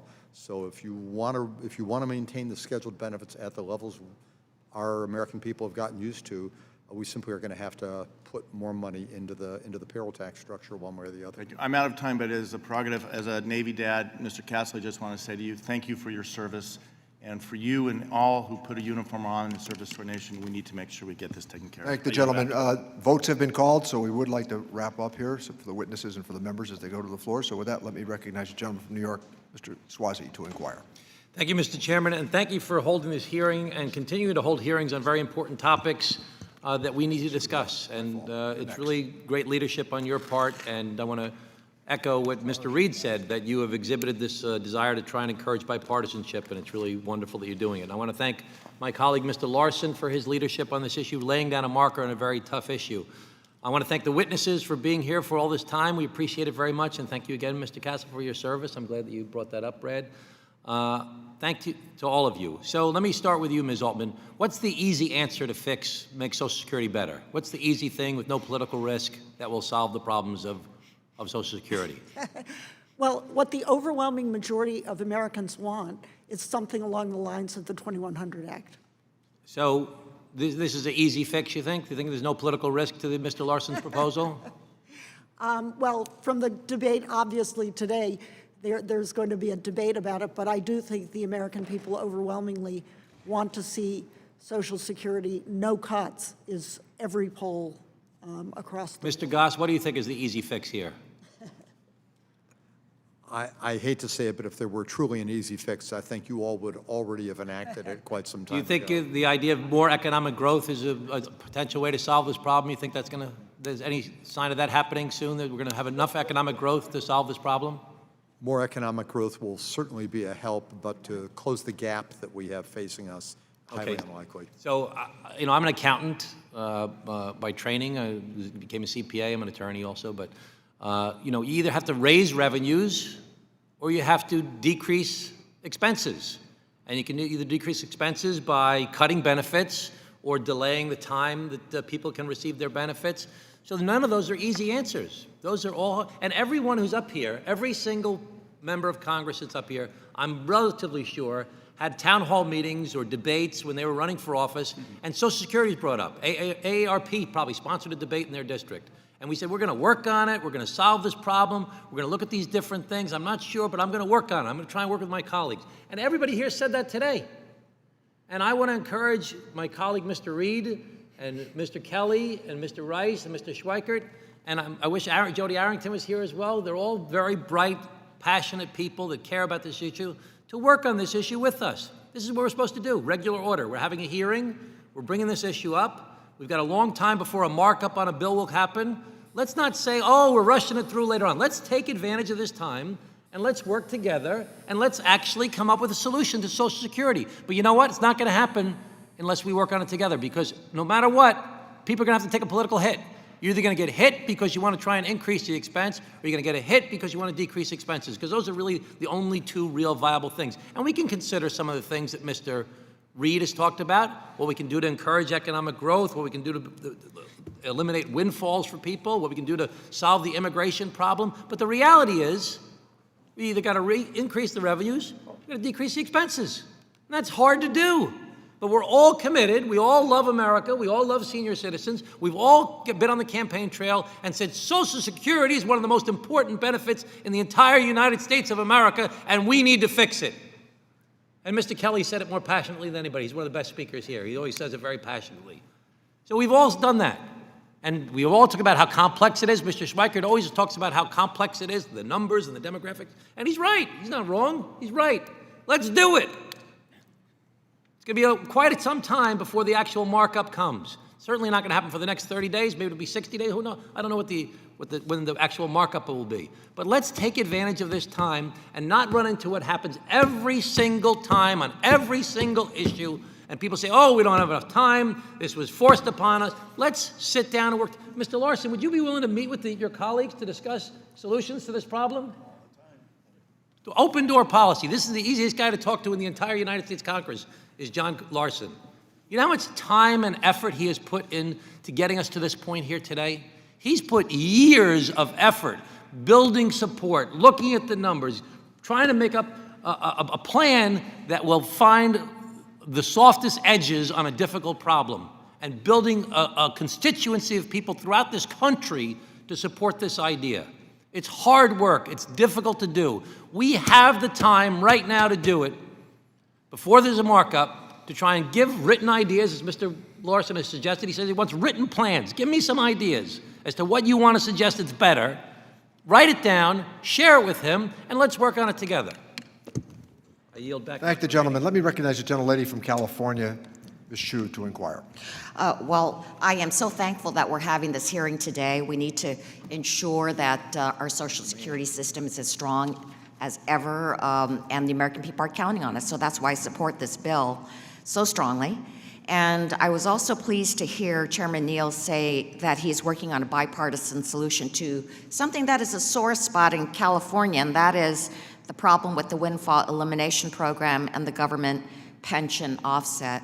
Our public employees should not be penalized because they have a separate retirement system, but then also paid into Social Security, but right now they don't get their full benefit. So we need to fix this problem. Ms. Altman, I was so thrilled to see that you had an op-ed in the Wall Street Journal that states that new immigrants can bolster the Social Security system. And I'd like to enter this article in the record. Thank you. Well, and so Let me say that what I found so interesting about your article is that immigration policy could be part of the solution as far as Social Security. Absolutely. If comprehensive immigration reform had passed in 2013, the trust fund solvency would have been extended by 2 years and the reserves would have increased by $284 billion over 10 years. So can you expand on how contributions by immigrants can benefit our country's Social Security system? Absolutely, and I'd like to, and it actually leads me into a larger point, and that is the decision was made to current fund Social Security, which was the way a lot of other pension plans were done prior to ERISA, but it works for the federal government. So what that means is the current workers are paying for current beneficiaries, and then when they receive benefits, the then who are current workers will pay. It's a perfectly, many advisory councils looked at it. You could advance fund, you could current fund. It's a very responsible way to fund any kind of pension system. This one's current funded, which means that you have to have a large enough workforce. When we have, as Mr. Goss said, the reason our population is aging is not that we're all living so much longer, it's that we're having fewer children. So the proportion of older to younger has shifted. Now there's an obvious solution. We could, have a Handmaid's Tale and all the women be forced to have more babies, or we could open our borders to people who are going to be responsible and build our economy. And so immigration is really not any different from if all of us were having larger families. Well, thank you for that. And I'd also like to ask you to address another issue, and that is pertaining to the elderly Asian American and Pacific Islander population. I'm chair of the Congressional Asian Pacific Caucus, and I often hear about this model minority myth that Asian Pacific Islanders are more financially secure than the U.S. population. But in reality, what we found is that the poverty rate for Asian American seniors increased by 40% between 2009 and 2014, and 191% for Pacific Islanders. That Asian Americans are also less likely to receive pensions from their employers, and 53% rely on Social Security for almost all their income. So, Ms. Altman, can you explain how the Social Security 2100 Act would bolster economic stability for older Asian Americans? Absolutely. It does so in a number of ways. First, it has an across-the-board benefit increase, but it's across the board, but it's weighted towards lower income. So it benefits all people of color, Pacific Islanders, Asians, Hispanics, African Americans.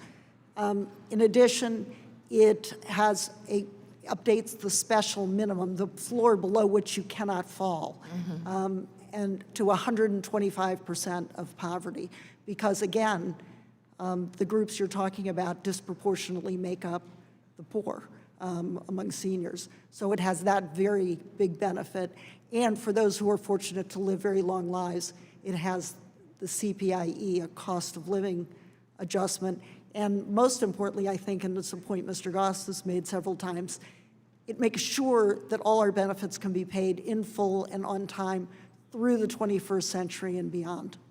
Thank you. I yield back. We can get this accomplished because we're going into executive session with the committee after we come back from the floor, and I don't think it's reasonable to ask the witnesses to hang around for maybe up to 2 hours. So Mr. Panetta is recognized. Understood. Thank you, Mr. Chairman. Appreciate that. And obviously, thanks to all the witnesses who are here and during this time, and also your preparation to be here. And as one veteran to the other, thank you for your service too, Mr. Castle. Look, I agree with my friend Tom Suozzi, not just because he's my roommate, because he's Italian, but because he's right when it comes down to the fact of, there are those that govern by leadership, and there are those that govern by crisis. And unfortunately, I think what the American public has seen is a government that is governing by crisis. And I have to say, yes, to jump on the wagon, but I think what you see here in the 2100 bill is that you've seen John Larson governed by leadership and what he's put forward. And the reason is because we don't want to wait for that crisis in 15, 16 years. when it comes to our Social Security.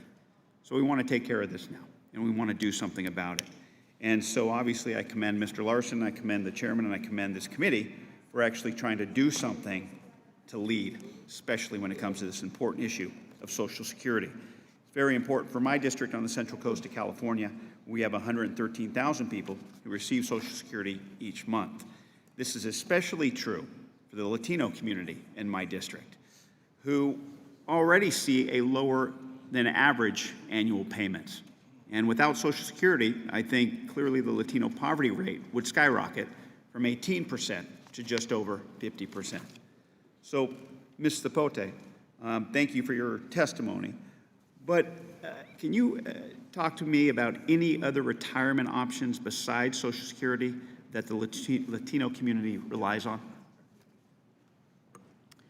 To be honest, Social Security is the sole retirement security that Latino members have in this country. Unfortunately, our community is overrepresented in low-income jobs. We're overrepresented in being overemployed, working 2 or more jobs and still not making enough money.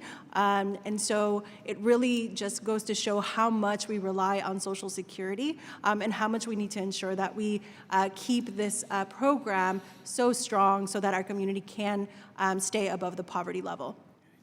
And can you, if you can, go into detail as much as you can in regards to how the Social Security 2100 Act would help the Latino community? Yes.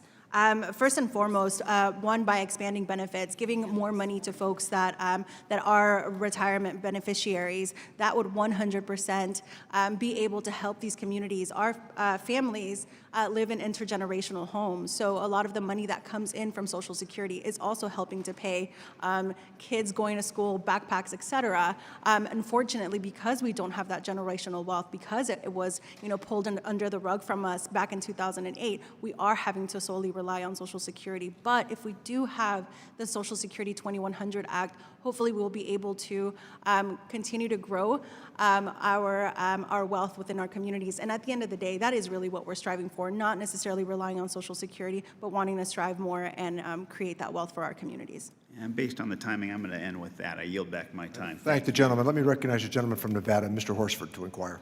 Thank you, Mr. Chairman. I'll be brief. I first want to thank you, Mr. Chairman, for scheduling this hearing, and my good friend, Chairman Larson, the chairman of the subcommittee, for introducing this critically important legislation. I want to publicly thank Chairman Larson for taking the time and effort out of his schedule to come to my district to join me in meeting with hundreds of my constituents at one of my local senior centers in North Las Vegas. Chairman Larson is so committed and passionate to this issue. It's not just about his leadership in bringing this legislation. He literally has traveled this country trying to educate the public on the need to fully secure and protect Social Security for current and future generations. So I just wanted to publicly thank him for his work. In my district, Nevada's 4th District, we have more than 136,000 people who depend on Social Security. Approximately 100,000 of those are retired age seniors.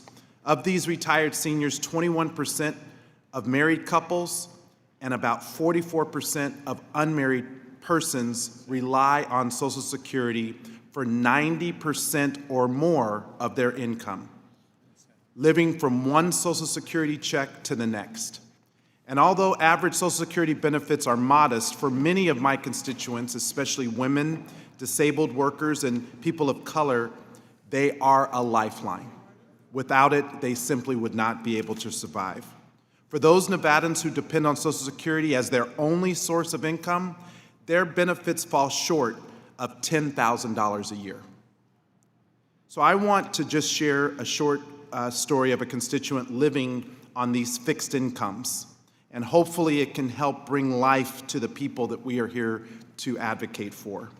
Mrs. Estrada lives in Las Vegas. She has a total income of $932 a month, receiving $700 a month from Social Security, her primary source of income. Recently, Mrs. Estrada's rent increased to $810, a number she cannot afford. While searching for new rentals, she has been consistently denied because she cannot show proof of her ability to pay both rent and a security deposit. She applied for public housing, but is currently on the waiting list and has no certainty as to how long she'll have to wait. Average rent in Las Vegas now exceeds $1,000, and only 8% of rent available in Las Vegas costs less than $700, with most of that number exceeding $500 in rent. Mrs. Estrada has not found anything cheaper. With your average renter requiring a month's rent and an equal amount in security deposit to qualify for renting, seniors in Southern Nevada need at least $1,000 in the bank to qualify. At $932 a month in Social Security benefits and income, Mrs. Estrada does not meet that threshold. So this is the reality. On top of that are increased expenses for medical, food, phone bills, transportation, utilities. How are individuals supposed to make it? So, Mrs. Zabate, you're here today to talk about the impact of Social Security solvency on communities of color, particularly the Latino community. In my district, the Latino community makes up 30% of the population, or roughly 230,000 people, many of whom depend on their Social Security. Can you talk about how Social Security solvency is an issue of racial injustice and what we should be doing to address that in today's policy? Yes. Like I mentioned earlier with Congressman Panetta, our community, unfortunately, is overrepresented in low-income jobs. Unfortunately, these jobs aren't paying enough to be able to cover the utilities and the other things that all Americans have to pay to sustainably live their lives in the United States. Through the Social Security 2100 Act, being able to have that additional access to more benefits, more additional money, also including that minimum benefit wage would be completely and absolutely life-changing for some of these folks that are living under poverty, even when receiving Social Security benefits. Thank the gentleman. Mr. Larson is recognized. Thank you, Mr. Chairman, and thank you for holding this hearing. First and foremost, thank our witnesses. I always find these hearings to be most instructive, and it's great when our members speak less and get to hear from you more, but that always doesn't happen that way, and thank you so much. And I also want to thank my colleagues on the other side of the aisle, especially the subcommittee members who we've worked with, and really the praise belongs to the people in the United States Congress, of which there are more than 211 original co-sponsors of a bill. That's pretty rare. And more than 222 said that they will vote for the bill. So that bill in the House of Representatives will become law. I commend the chairman, and we look forward to the markup. And we sincerely hope that we do, because we have worked very good. And I should add, you heard the story, Rich Neal is a product of Social Security. Tom Reed is a product of Social Security. Tom Rice is a product of Social Security. I think you heard today the willingness of everybody to understand that we have to pull together. And let's not forget the guy down on Pennsylvania Avenue. By the way, my fellow colleagues on the other side, he had the temerity in a debate to stand up to 16 other Republicans and say, no, it's not an entitlement, it's an earned benefit, and I'm not gonna cut it. So when he says he's not gonna cut it, as all of our witnesses know, for every year you raise the age, it's a 7% cut. 90% of the benefits of Social Security go to people under $50,000 a year. If you can look them in the eye and tell them, amidst what's going on in this economy, that they have to take a 7% cut while we're giving 1%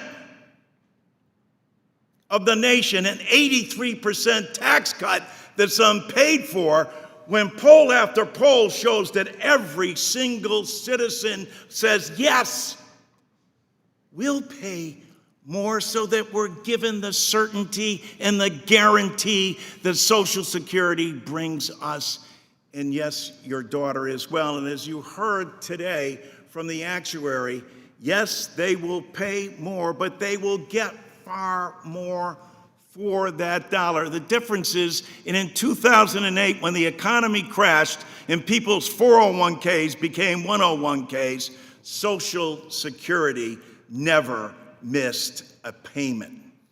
That's because it's the full faith and credit of the American people. And that's why it's going to take all of us pulling together and saying, okay, we recognize it's pretty simple. Mr. Swazi laid it out. Either you're going to cut benefits or you're going to have to increase revenues. So we tried to increase the revenues over time, over a 25-year period, so they would ease it. Had they done this back in 1983, we wouldn't even be having this conversation about the nation's #1 insurance plan, the #1 anti-poverty plan, and the #1 increasing civil rights issue of our century for both women of color, women in general, black males, and also the economic development issue of this century as well. When you look, as Ms. Altman went over, what every single district, and there was a packet passed out to everyone today, with how many recipients of Social Security, and there's roughly about 120,000 in every district, some more than others, Mr. Buchanan having the most on the Ways and Means Committee. But also, it's about $1 billion for every district that's coming in. You cannot cut that by 7, or if we do nothing, and doing nothing is a plan, end up with 20 to 25% cuts in our economy, and most importantly, to our citizens. And with that, I thank the witnesses again, and I thank the chairman, and I yield back. Thanks, Mr. Larson. Ms. Murphy's recognized to inquire. Oh, I wanted to submit for the record also the growing list of groups that are supporting 2100, from Social Security Works to the AFL-CIO, the National Organization of Women, et al. Without objection. Ms. Murphy. Thank you, Mr. Chairman, and thank you to the witnesses for their testimony. Social Security is the bedrock of our retirement system. It's one of the most successful government programs of all time, helping to keep millions of seniors out of poverty. And I think it's important to remember that Social Security is not an entitlement. It's a benefit that seniors have paid into and earned after a lifetime of work. There are 4.6 million people in Florida, including 125,000 people in my Orlando area district, who rely in whole or in part on their modest Social Security benefits in order to meet their needs during retirement. And while these benefits are critical, they haven't kept pace with the rising cost of living that many retirees face. There's also a looming crisis for Social Security. The latest trustees report projects that the program's reserves will be depleted by 2035. That's just 16 years from now. And if no action is taken before then, benefits would automatically be reduced. Clearly, doing nothing is not an option. And rather than waiting for the looming crisis to become an imminent crisis, as Congress often does, Chairman Larson here has worked hard to craft a serious and comprehensive bill that would achieve sustainable solvency for the Social Security Trust Fund. And while I do have some reservations about this bill, I applaud Chairman Larson on his bold leadership. And as we move forward in this process, we must do everything we can to keep the promise of Social Security. And that is, if you work hard all of your life, you can retire with dignity. And with that goal in mind, I have 4 principles. First, I think we should strengthen benefits, not cut them, for retirees as the cost of living in places like Florida continues to rise, and these benefit formulas should more accurately reflect seniors' spending habits. Second, I think we should ensure everyone pays their fair share into Social Security Trust Fund without placing additional burdens on already struggling lower and middle class families. And third, we must protect the Social Security Trust Fund from being raided by Congress to pay for other programs. And finally, any path forward on Social Security must be bipartisan, as we've got to stop treating Social Security like a political football. Our seniors deserve better, and the American people deserve better. Mr. Larson deserves tremendous credit, and with his bill, he has entered the proverbial arena. Meanwhile, the other side of the aisle is still sitting in the stands, offering politically based critiques, but no substantive solutions. And if we're going to make progress here, this will have to change. And I look forward to working with Chairman Larson and the rest of the committee to find a solution to this impending crisis. Thank you, and I yield back. I thank the gentlelady. I would like to thank the witnesses for their testimony. Please be advised that members have 2 weeks to submit written questions to be answered later in writing. Those questions and your answers will be made part of the formal hearing record. With that, the committee stands adjourned. Thank you all.